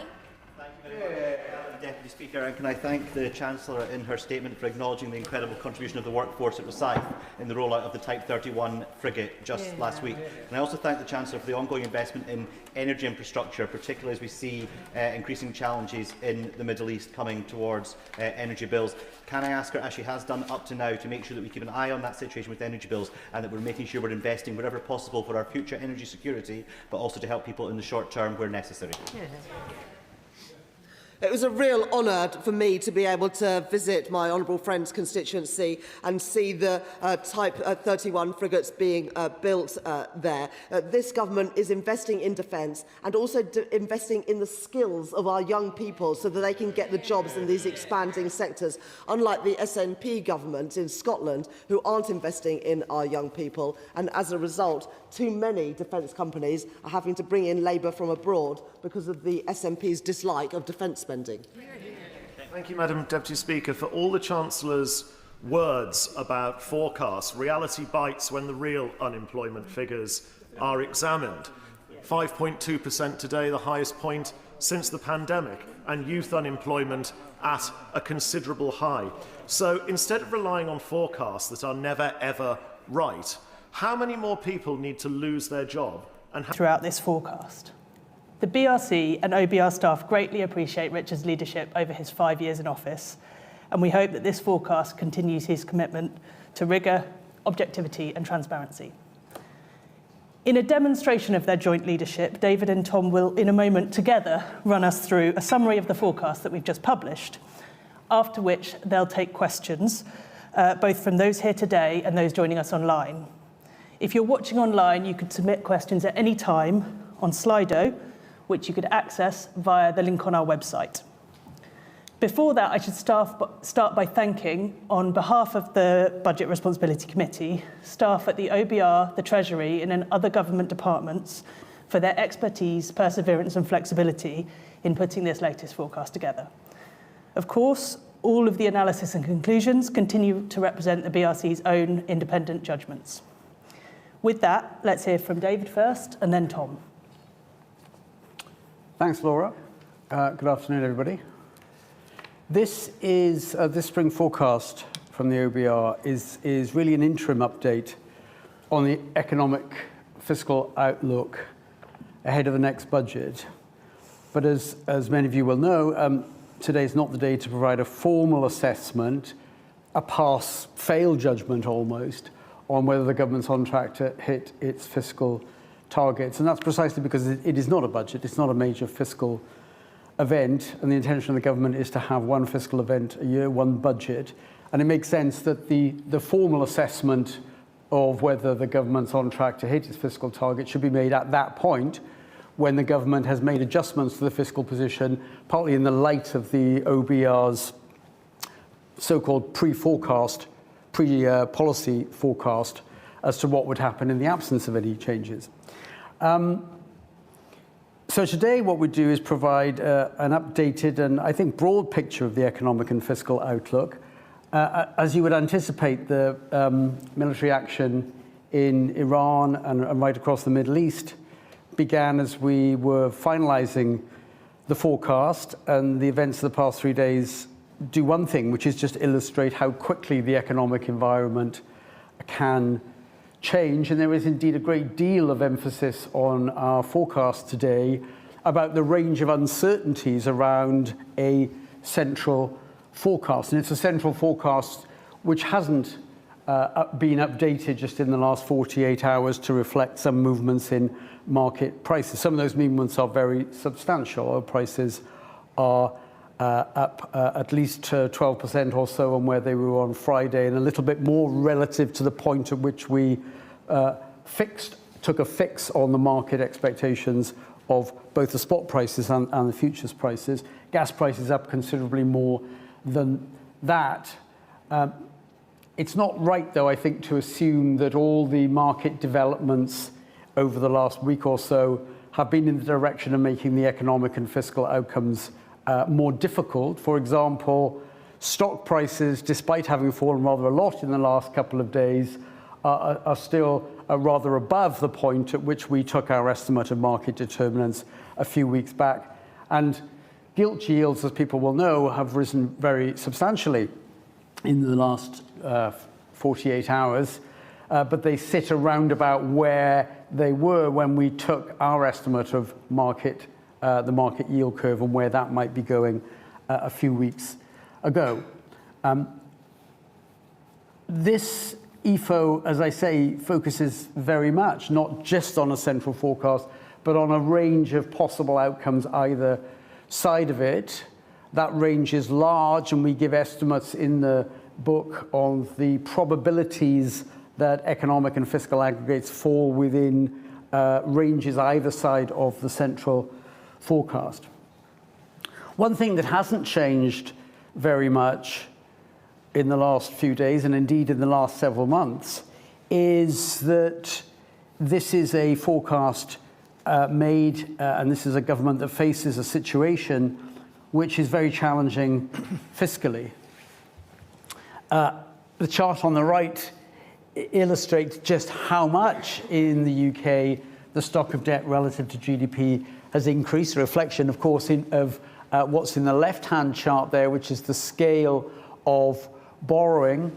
Governments for many years now have been borrowing around about 5% of GDP a year, despite plans at many past fiscal events to try and bring that down. There's been a series of shocks and ongoing low productivity, which has made it very difficult to bring borrowing down. And successive governments have set out medium-term plans to reduce borrowing, which have subsequently often been pushed back due to the impact, as I say, both of shocks and ongoing extremely low rates of growth of productivity, at least by historic standards.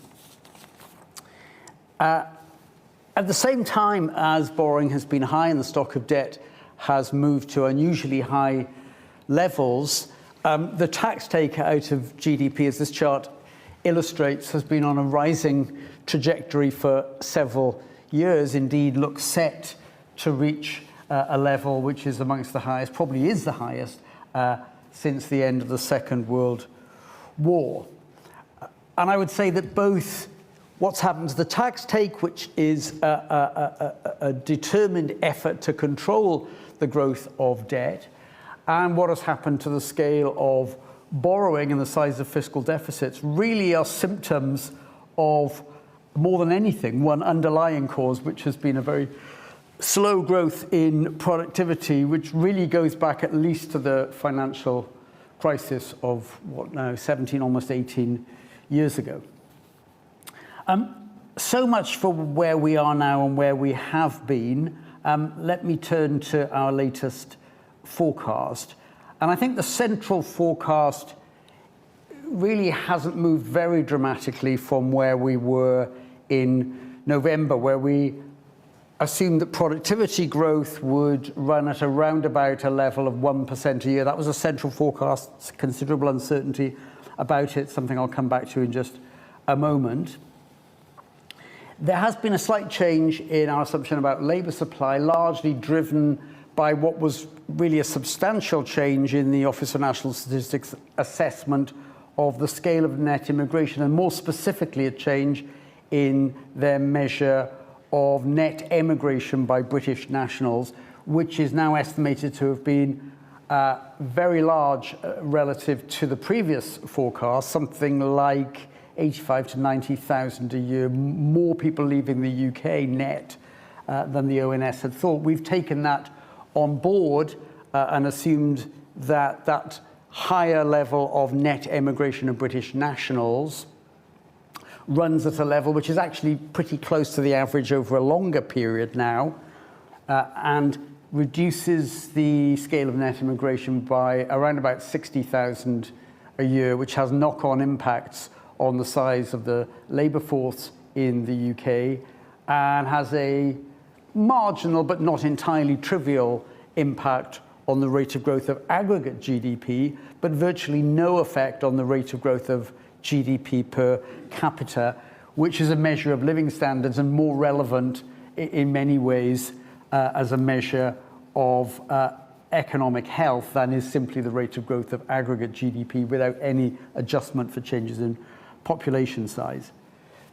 Growth at the end of last year was disappointingly weak, and for the first few months of this year doesn't seem to have picked up very strongly. And so on the back of that, something which we judge to be a temporary cyclical slowdown more than a structural event that shows that growth is going to be significantly weaker than we thought back in November. But on the back of that, it does mean that our projection for the most likely rate of growth for the economy this year is a bit lower than it was in November, having been reduced to about 1.1%. But because that is judged to be a cyclical short-run event which increases the amount of slack in the economy, as that slack gets used up gradually over the next 4 years, it actually means that growth from this point forward is a little bit higher than we thought in November, to take the level of GDP pretty close to where we thought it would be a few months back. I think what will happen to inflation is particularly uncertain in the light of what's happened in the last few days. As I mentioned earlier, and as we all know, very large increases, particularly in gas prices and also in oil prices.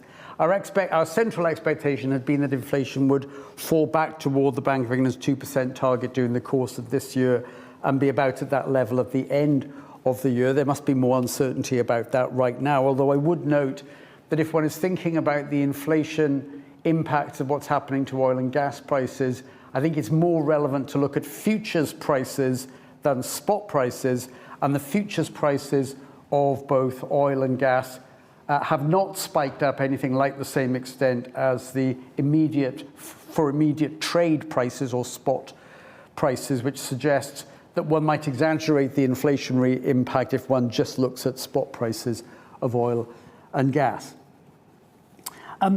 That's all really I wanted to say as an overview of the central forecast, and Tom will focus much more on the fiscal outlook than I have in just a moment.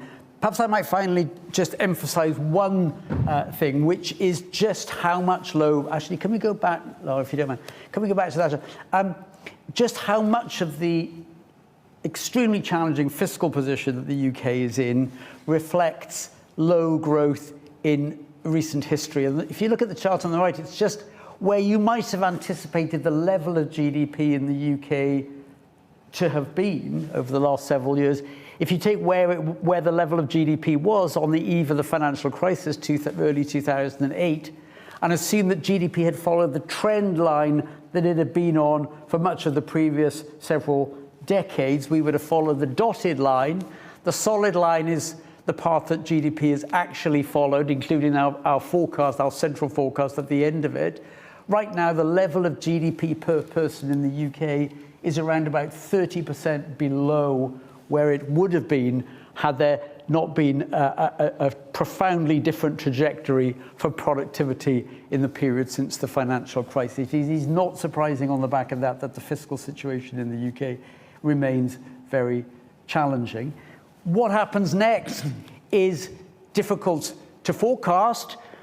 The central forecast we make about productivity growth, and I'll conclude on this point, is that it should run at around 1% a year over the next 5 years or so, and perhaps beyond. As you can see, productivity growth in different periods in British history have really been rather variable, as high as 3.5% or so, almost 4% in the 30 years between the end of the Second World War and the mid-1970s, still substantially above recent levels, running at about 2% between the mid-70s up to the financial crash, less than 0.5% in the period since 2011 up to last year. Our central assumption there is one about which there is a substantial degree of uncertainty, and in the report, and I think Tom might mention this briefly in a moment, there are alternative scenarios where productivity growth moves back up to about 1.5% rather than the 1% central forecast, or falls back to little higher than it's been over the last decade and a half. So uncertainty around the forecast remains very substantial, and that's why I think, particularly in Chapter 6 of the report, there is a great deal of emphasis about alternative possibilities to the central forecast. And I think the last thing I'd like to say is that when one thinks about forecasts from the Office for Budget Responsibility, although there is a tendency to focus on the central forecast, and there are lots of tables in our reports about a central forecast, in many ways what is more significant and more important than that is the range of outcomes either side of it and the probabilities of being one side or another of that central forecast. Okay, thanks very much, David. Afternoon, everyone. So I'm going to briefly describe the updated central fiscal forecast, and then I'm going to say a bit more about the risks and uncertainties that David has highlighted around the central forecast. So this slide shows the changes in the borrowing forecast since November, and overall the fiscal outlook is actually very similar to the forecast we produced in November. So the forecast for receipts is slightly stronger than November. That is mainly due to the fact that we've had stronger than expected equity price growth since November, and that boosts capital and stamp taxes, and that reduces borrowing compared to November by around 13 billion by 2030, which is shown in the blue bars. Changes to the spending forecast have been very small compared to November. Borrowing is lower by just 2 billion, spending is lower by just 2 billion in 2030. That's shown in yellow. And then the policies that the government has announced since the budget last November add around 4 billion a year to borrowing from next year. That's shown in green, and that is mainly support for local authorities next year, and then additional funding for special educational needs from 2028-29 onwards. And so all of that means that overall borrowing in 2030 is projected around 8 billion lower than forecast in November, and that is a very small change in the context of the uncertainties around the central forecast that David has talked about. And that means that the path for borrowing as a share of GDP looks very similar to November. It is projected to fall from 4.3% of GDP this year to 1.6% in 2030-31. And the fan chart shows the probability distribution of possible outcomes around that central forecast, reflecting the wide range of risks and uncertainties that David has talked about.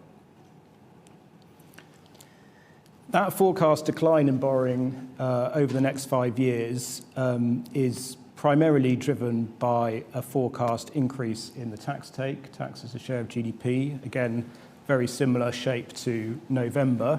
So that is forecast to increase to just over 38% of GDP in 2030, which would be a historic high for the UK and is about 6 percentage points above the pre-COVID level. And then by contrast, spending, as you can see, is broadly flat, or projected to be broadly flat over the forecast period at around 45% of GDP, and that's around 5 percentage points above where it was pre-COVID. And so that projected fall in borrowing means that measures of public sector debt are all expected to broadly stabilise and fall very slightly towards the end of the forecast. And again, that is a very similar picture to our November forecast. But as David has mentioned, debt would be stabilising at a level which is about 3 times above the pre-financial crisis level and is high relative to the advanced economy average, and means that public finances are more vulnerable to risks and shocks. And that is why understanding the potential impact of those risks is as important for fiscal policy making as is understanding the central forecast. So David's talked a bit about the risks from the conflict in the Middle East, which clearly creates very significant risks for the global and UK economy. We were not able to include any estimate of those impacts in the forecast, because of the fact that the military action that took place at the weekend obviously came well after we'd closed the forecast. It's also the case that those impacts are, at the moment, clearly very uncertain and will depend on how the conflict evolves and the impact on energy markets, trade and financial markets. As of market close yesterday, spot oil prices were about 20% above the prices that we had used in our forecast, and gas prices about 25% above. Gas prices in particular have increased again today very significantly, I think about 50% above where we closed the forecast, but a lot of volatility today. And as David mentions, futures curves suggest the market is currently expecting that to be a relatively temporary spike, and that prices would fall back towards forecast levels within 1 to 2 years, and that is relevant for the impact on our economy and fiscal forecast. In terms of the potential impact on the public finances, an energy price shock would be expected to have a negative short-term fiscal impact, pushing up the cost of welfare, debt interest, and potentially also departmental spending, and likely to have only a kind of small offset from higher tax, mainly through North Sea revenue, on the basis that in the short term, you would probably expect there would be limited pass-through of inflation to the key tax bases, such as wages. Over the medium term, you might expect more feed-through to the tax bases, which could provide more of a fiscal offset to the higher public spending. But looking at other market determinants, as David mentioned, despite a sharp increase this morning, 10-year gilts rates are still slightly below the rates we used in our forecast, and equity markets are still around 3% above the levels we had in our forecast. We look at lots of other risks in the report in a lot of detail, including around productivity growth, trade policy, unemployment, and equity and government bond markets. And these all represent both downside and upside risks to the forecast, which are assessed in the report. And in addition, we look at risks within the fiscal forecast, so the risk that the rising tax take could mean that incentives within the tax system constrain economic activity by more than we are expecting. There are a number of pressures within departmental spending, including in defence, health, and special educational needs, and also a question around whether the rapid recent growth in health-related welfare caseloads will continue. And then finally, looking further ahead, there is also significant pressure likely placed on the public finances over a longer time frame by demographics and ageing population. So each year in the summer, we publish a fiscal risks and sustainability report, which include long-term projections of the public finances.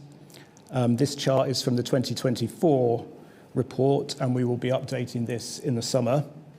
And this shows that based on kind of current policy settings, the increased cost of healthcare and pensions driven by demographic trends in the long term would put debt on a clearly unsustainable upward trajectory. And that path becomes kind of unsustainable even more quickly if you assume the UK is hit by a major economic shock roughly every 10 years, which has been the case over the past two decades. So this really underlines the risks associated with the UK's current elevated debt position. So we will stop there and very happy to take your questions. Laura. Thank you, David and Tom. We've got a lot of enthusiasm in the room, which we will come to first before I turn to some questions on Slido. So this hand definitely shot up quickest. So let's start here. If you could tell us who you are and then what your question is. Joel Hills from ITV News. I have a couple of questions, if I can. The first, David, I think probably is for you. As you point out, energy prices are materially above your forecast assumptions. If they stay here, at what stage, when do they start to have a material impact on growth and living standards here? And Tom, I have a question for you as well, please. A week ago, two previous chairs of the OBR bemoaned in front of MPs the fact that no government had ever managed to stick to its fiscal rules. It's always, routinely, they had overspent. Do you think this government will manage to stick to its spending plans? Well, you've done my job for me and fielded the questions to the committee members, so we will start with the question for David. I mean, so I think different prices in the economy are affected by energy price rises over different time horizons. Some price effects would come through relatively quickly, within months, maybe even weeks, which would be the price of petrol and diesel that people buy. Energy price on household bills would be in a different category because they depend on operating formulas, which wouldn't kick in for several months. There, I think it becomes very relevant, the difference between spot prices and what futures prices. I mean, I'm just looking at a picture. This is yesterday, where spot prices, this is Brent crude dollars a barrel, were at about 78, 79. They may be a bit higher right now, I suspect. But by February of next year, the futures was down to 68, 69 or something like that. And so there it would be, because of the time lag, I mean, if you think the futures is a better guide to where the prices will be than today's spot price, obviously you get a much more limited impact on things like household energy bills than just looking at, you know, the 12, 13, 14% higher now than they were on Friday, which you get out of the spot price. I mean, there's a kind of rule of thumb that empirical work over the last few years suggests as to an overall effect of energy prices, which is kind of really, what they mean by that is, I think, a mix of gas and oil reflecting the relative uses of gas and oil in UK consumption. And that rule of thumb, if I remember rightly, is something like for a 10% increase that's persistent, it might add somewhere between a quarter of a percent and 0.5% to the level of prices. We've had more than 10% on spot prices. It's nearer 20. If the futures are wrong, and that's just the new level now that you stay at, and using these rules of thumb, I mean, you get that's going to be somewhere between 0.5% and 1% on the level of prices. So meaningful. I mean, way short of. We're not talking hyperinflation. This is not 1974 in the UK. But it depends very much on what happens to those spot prices and the futures prices. It is not 1974, but a lot of people are worried that what we're facing potentially is another energy price shock. We just lived through. Yes, but I mean that could happen. I don't think we're anywhere close to it yet. I mean, gas prices after the Russian invasion of Ukraine were up hundreds of percentage points. Right now, spot prices for gas, which have moved around quite a lot today, are up maybe 50, 60%. At one point, they were a little bit higher than that, although the futures were nowhere near as high as that. So I think we're right now, I mean, if things just stop as they are right now, we're a long way short of where we were after the Russian invasion. Thanks, David. We'll take the question for Tom, and then I will definitely come to everyone in the room. Your former bosses were out last week, but the question was about the government's spending plans. Yeah, so it is the case that we've analysed in previous reports, looking at reasons for differences between our forecast and outturn, that a big driver of that is that when it comes to allocating spending in spending reviews, governments will tend to increase the amount of spending they are doing compared to their previous plans. And that's an observation about the past. That is not to say that will happen in the future, but it's definitely happened frequently in the past. I mean, this government increased public spending substantially at their first budget in October 24, with relatively high rates of real growth in spending penciled in the kind of near term, and then lower rates of growth in the final few years of the forecast. And we do analyse in this EFO that there are significant pressures within those spending allocations, both within the current spending review period and beyond. Those are in areas such as health spending, in defence spending, obviously, given the current geopolitical situation, and pressures around special educational needs, which the government has actually provided quite a lot of additional funding for ahead of this event, but around which there are certainly still quite significant pressures. And then looking beyond the spending review period, we have some analysis of what the kind of penciled-in assumption for spending growth implies for spending allocations to departments outside of those ones where the government has made a kind of clear commitment, such as in areas like health and education and defence again. And that does imply for those departments that what we call unprotected don't have that commitment in place, that they would be looking at sort of settlements of around, I think,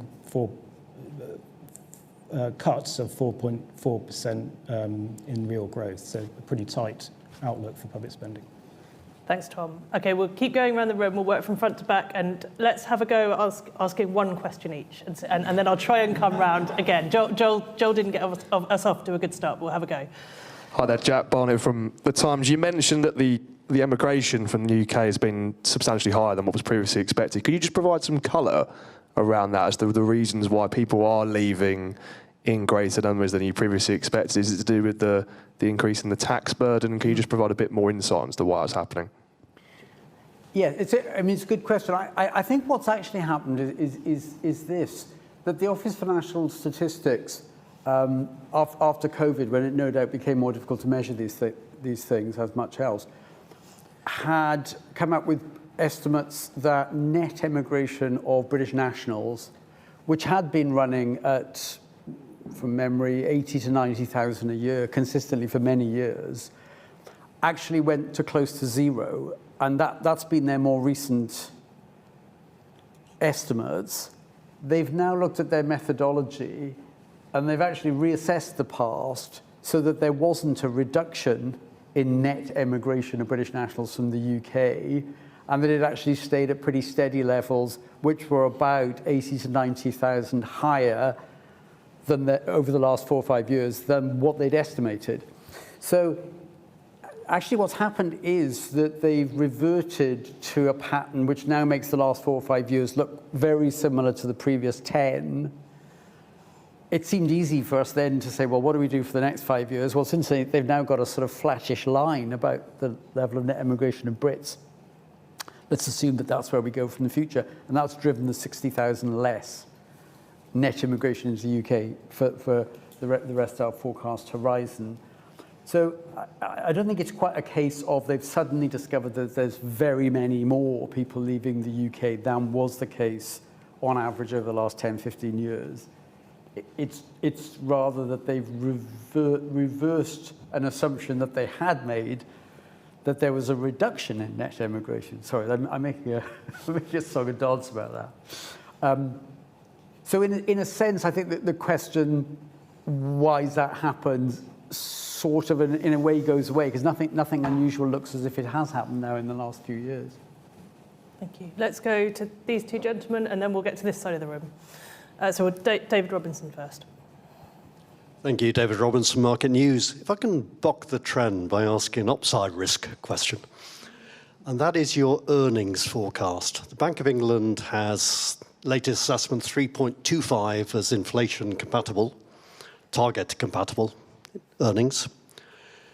You have gone again for next year for 2.25. You have a fair number of MPC members worried about it being sticky at high levels.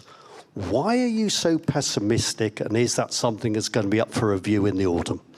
David, why are you so pessimistic? I'm not a pessimist, I think, on the whole.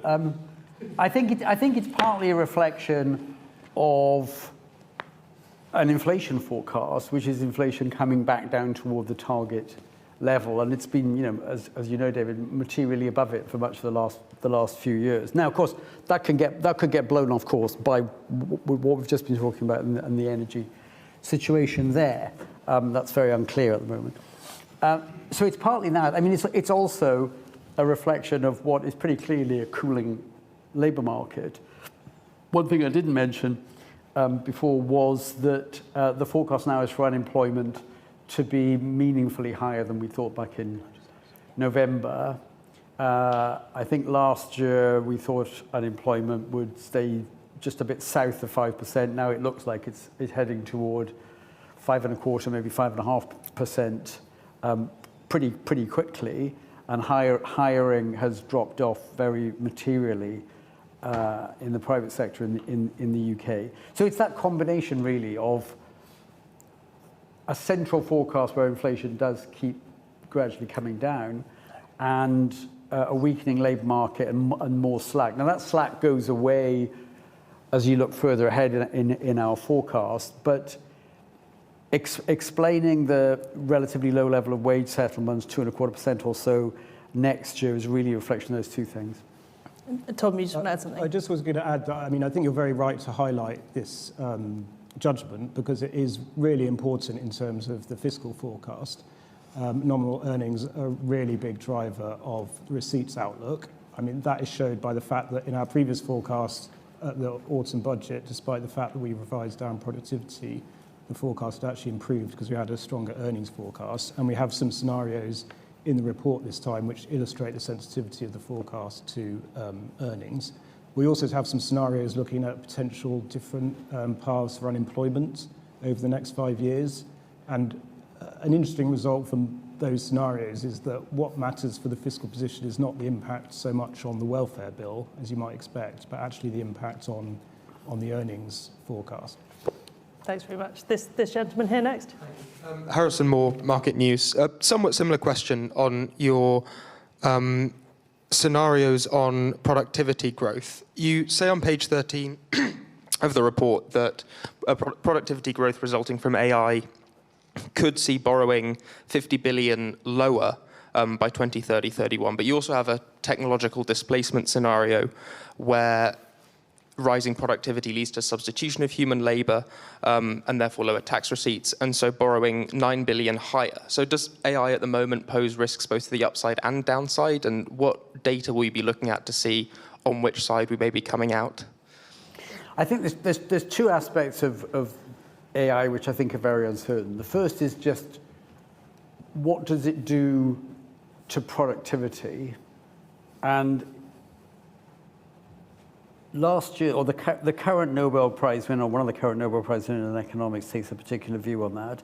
The person that won the Nobel Prize 2 years earlier than that, and they are probably the two people in the world who've done most research on the impact of AI, is in a completely different place. So who am I to know what the answer is? Darren Acemoglu won the Nobel Prize a couple of years ago, thinks that actually the impact of AI on productivity over the next 10 years is next to nothing. I mean, it's just extremely small. Cumulatively over 10 years, a small fraction of 1%. Philip Aghion is one of the current winners of the Nobel Prize this year, thinks it's about 10 times bigger than that.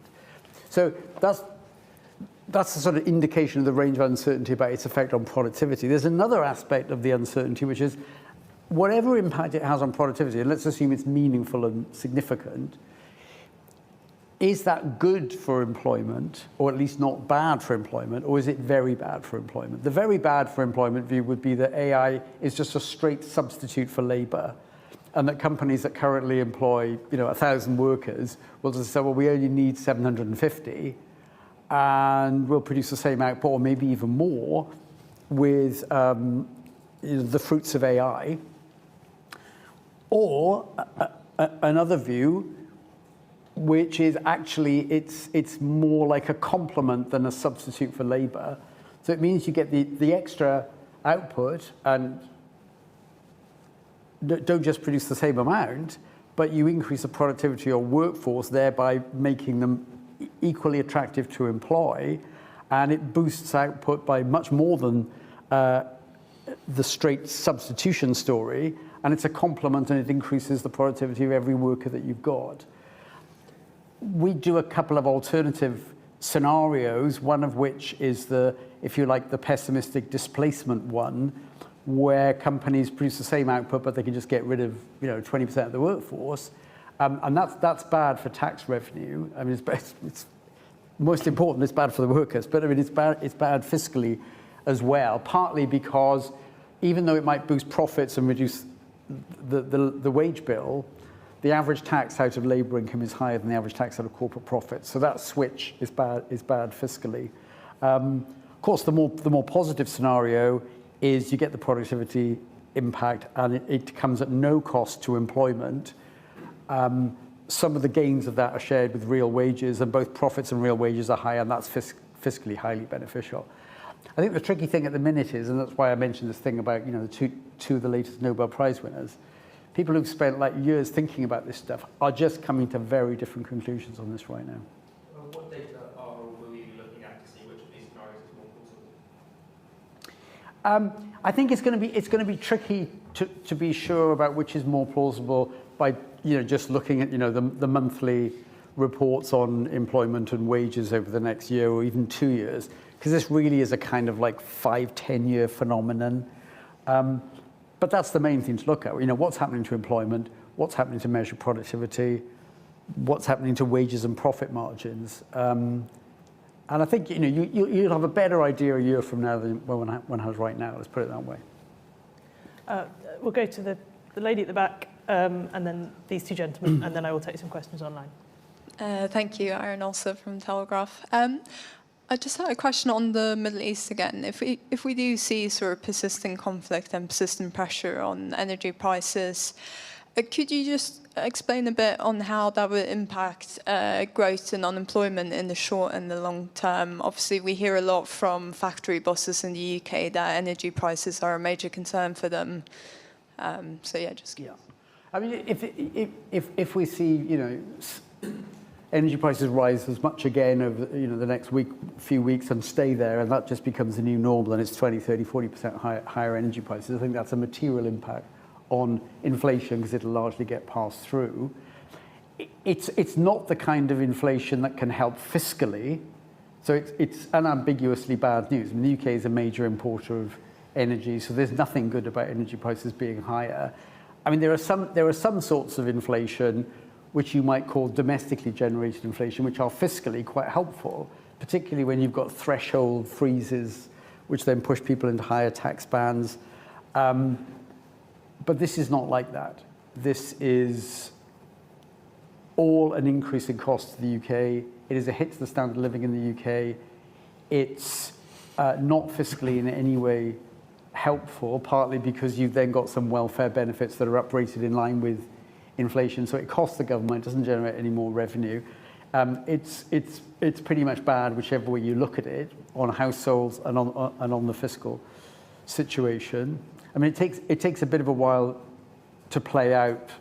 Going back to an earlier question, some prices might adjust quite quickly to higher energy prices. Others where people have got fixed contracts and they're only adjusted once every year or so. And there are uplifts in the regulatory rules about how much energy pricing can go up. So it's something that will play out gradually over the rest of this year and into next year. But energy-driven higher inflation is unambiguously bad for everybody in the UK. Quick follow-up then.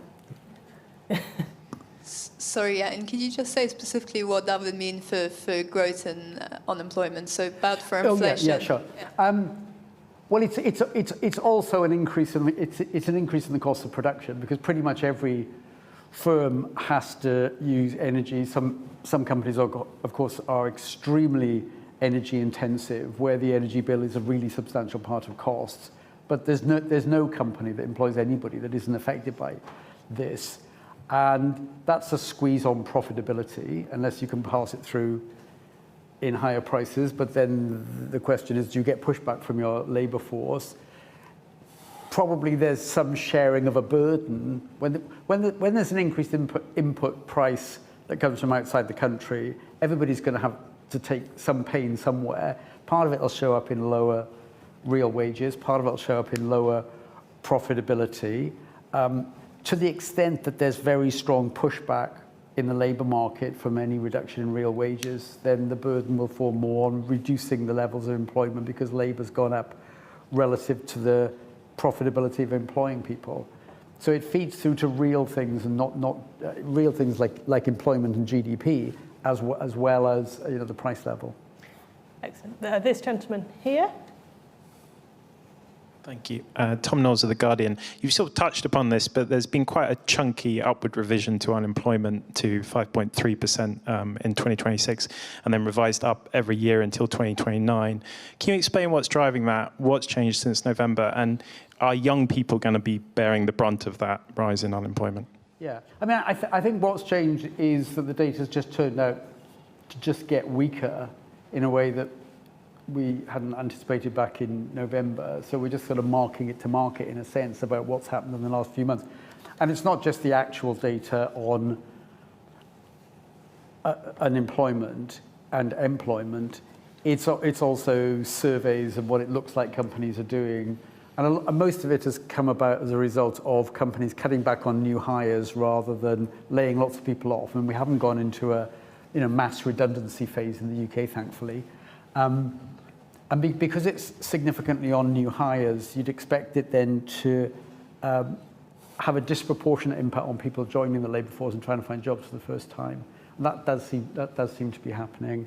There's worrying numbers on youth unemployment in particular, where you're seeing not only the impacts of wages have been running a bit ahead of inflation and probably a bit ahead of productivity, which is why there's been a bit of an increase in the real cost of employing people. And on top of that, you've got things like minimum wage uplift as well. And we think that's got a little ways further to run. Nonetheless, further down the road, as you rightly point out, I mean, it's a forecast, a central forecast at least, in which unemployment does actually gradually then get back to the levels we think of a kind of long-run neutral for the UK, which is somewhere a bit north of 4%, and not the 5.5 or so you get, 5.3 you get to. Have you seen anything about governments, equalising national minimum wage or national insurance contributions Well, to the extent that I think disproportionately increases the cost of employing very young people, you would naturally enough. I mean, it doesn't take an complex economic model to work out that that's where you'd expect to see the unemployment showing up more, and that does seem to be the case. Thank you. And we'll take a question here, and then I will go to slide 8. Thank you very much. Will Hazel from the iPaper. David, you talked about the fiscal situation remaining very challenging, about that increase in fiscal headroom being very marginal. It sounds like there's no great bonanza in this forecast for the Chancellor if she were to look in the next few months, or want to look in the next few months at new spending commitments, perhaps changes to the student loan system, higher defence spending, or even greater cost of living support if these inflationary pressures continue. I think that's reasonable what you say. I don't think there's a great bonanza here. I don't think, just listening to the Chancellor speaking in the House earlier today, I don't think she was actually saying this was, a fantastic bonanza, and she outlined the scale of the change, at least in the central forecast, on the sort of headroom on the main fiscal target, which is the current balance, which has gone from, again, these are all point forecasts, and the uncertainty around them is large relative to the absolute number. I mean, we were at 27 and a bit billion, it's now nearer 24 billion.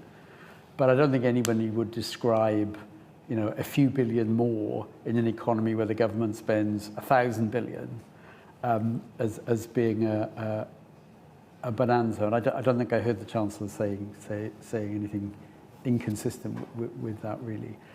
So it's gone in the right direction, but by a very small amount in the context of uncertainty and the kind of shocks that you always expect to be hitting the economy. Thank you. Right, I should take some questions online. I'll have another look for any final questions in the room in the next few minutes. I think we'll come to you, Tom, and give David a break.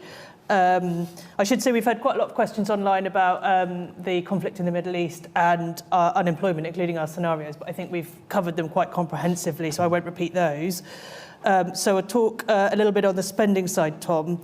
To what extent do the policies to compensate local authorities for SEND deficits and top-up Department for Education spending solve the problem of local authority finances?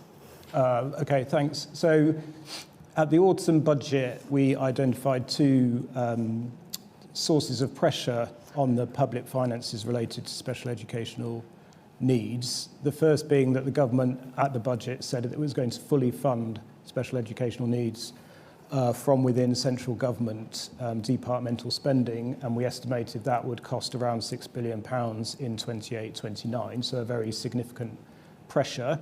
And the government last week, in the reforms that they set out, announced that they would be allocating an additional £4 billion over and above the previous spending review settlements to address that pressure. So that is obviously, a material increase in spending to address that risk.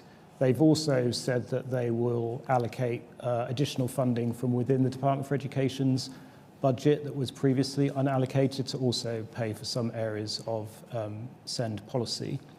But I mean, it's still the case that this is definitely an area which will continue to create risks and pressures on the public finances, given the impact of the government's reforms are clearly, at this stage, still quite uncertain. The other area of pressure that we identified was the fact that local authorities have been previous and do still until 28-29 continue to fund this policy area, and they had built up on their balance sheets a stock of deficits related to past spending on special educational needs, which they had previously been able to essentially disregard when it came to meeting their statutory requirement to balance their budgets each year. And those deficits had built up very significantly, so that if local authorities had to recognise them on their balance sheets, many of them essentially would be technically insolvent. So again, earlier in the month, the government announced it would be reimbursing local authorities for 90% of the current stock of those deficits. and that involves a £6 billion transfer from central government to local authorities. So again, that goes some way to mitigating that pressure, but local authorities will still, until 28-29, be accumulating further deficits, and the government has not yet said how it will deal with those in 28-29. Thanks, Tom. We've got a couple of questions on the tax take, so I might come to you first, Tom, and then perhaps see if David wants to add anything. Sue Chan at The Telegraph asks, why is the tax burden going up? And John Paul Ford Rojas asks, can you explain a bit more about your warning in the EFO that a higher tax take can distort or constrain economic activity? How might that manifest itself, and what would the implications be? Tom, do you want to go? Shall I take the first half of it, and David can do the second? So on why is the tax burden going up? So there are two main drivers of that. One is an increase in personal taxes, income tax in particular, and the other is an increase in capital taxes, capital gains tax, and other asset taxes. The first, the increase in personal taxes, is very much driven by the policy of freezing personal tax thresholds, which, combined with relatively strong nominal earnings, pushes up tax as a share of GDP pretty significantly in the forecast. So I think that accounts for around 2/3 of the increase. And as I say, capital taxes account for the other third, approximately. And that is a combination of the fact that we assume reasonably strong asset price growth in the forecast, both in terms of equities and property in particular, and also the result of a number of policies that the government has introduced since the October 24 budget to increase the tax raise from capital taxes. But David might want to say more about the potential impact on economic activity. Yeah, well, in a sense, why it's happening is that it's taking most of the burden of trying to bring the amount of borrowing down from about 5% of GDP to 1% or so of GDP. Something's got to give there. Either you, in the absence of hugely higher rates of growth in GDP, some combination of spending being controlled relative to GDP or taxes going up relative to GDP is needed to close some of that gap. And much of it has been done through a trajectory of higher tax take out of GDP. And it's very difficult, I think, to increase the tax take out of GDP without having some negative effects on incentives somewhere in the system. The incentives to work, if it's largely falling on employment income. They're about incentives to save, to the extent that taxes on returns on saving might be increased, or they're to do with the incentives to employ people if the burden, significant part of the burden falls on employers. So somewhere, somebody's going to be facing slightly higher disincentives to work, save, invest, employ people. And it's very difficult to avoid that if you've got the tax take out of GDP rising by fairly significant amounts, and it will be significant on our central forecast relative to just before COVID. Something like the tax take out of GDP will be 5% higher, 5 percentage points of GDP higher. Now you can try and be clever about it all and increase taxes in a way that doesn't do any damage to incentives, but it's easy to say that. And if it was as easy as just, let's just find a way of doing it that doesn't distort incentives, well, somebody would have done it already. So it's pretty difficult to do that. And it's very difficult to do that if at the same time you want your tax system to be very substantially redistributive, which is understandable that governments would want that, because that can generate higher marginal income taxes than the average rate of tax. That's how you make the tax system, in some sense, increasingly redistributive. But it's higher marginal tax rates that do the real damage to incentives to work, save, invest, employ people. So that's the difficult thing about the route to fiscal sustainability, which involves increases in taxes. But you've got to do something. And to say that, well, do something else then, if the something else is let's squeeze spending relative to GDP, then the question is, well, So which bits do you want to squeeze? There's no easy answers there. Of course, the painless way to do it is if miraculously one could increase the rate of growth of the economy, and in particular productivity. But if we knew how to do that, we'd have done it already. So when you're in a difficult situation like this, and this is not unique to the UK, this is true for lots of rich countries, it's a bit of a hard slog, and it's going to be difficult. Thank you. Can I check if we've got any final questions in the room? Okay, let's try and make them quick, and we'll get them both in over there first. Thank you. Just on disincentives to work, do you see those as being biggest for lower earners, higher earners, or those in the middle? And what would be the drivers there? I mean, I think there are some quite high marginal tax rates at different points of the income distribution. It can affect people on relatively low earnings, particularly as people become taxpayers for the first time. There's a jump up in the marginal tax rate. And to the extent that some benefits are withdrawn as you start earning more money, that's effectively an extra tax as well. So that can affect people at the lower end of the earnings distribution. Then there's people who are, not the highest paid in the economy at all, but who can face quite high tax rates again as you increase the marginal tax rate from the income tax rate, from 20 to 40 to 45. And then you've got withdrawal of some other benefits that occurs slightly higher up the income distribution. So I think it affects people, right across the distribution of wages, really. Jack, a final question from the room down here.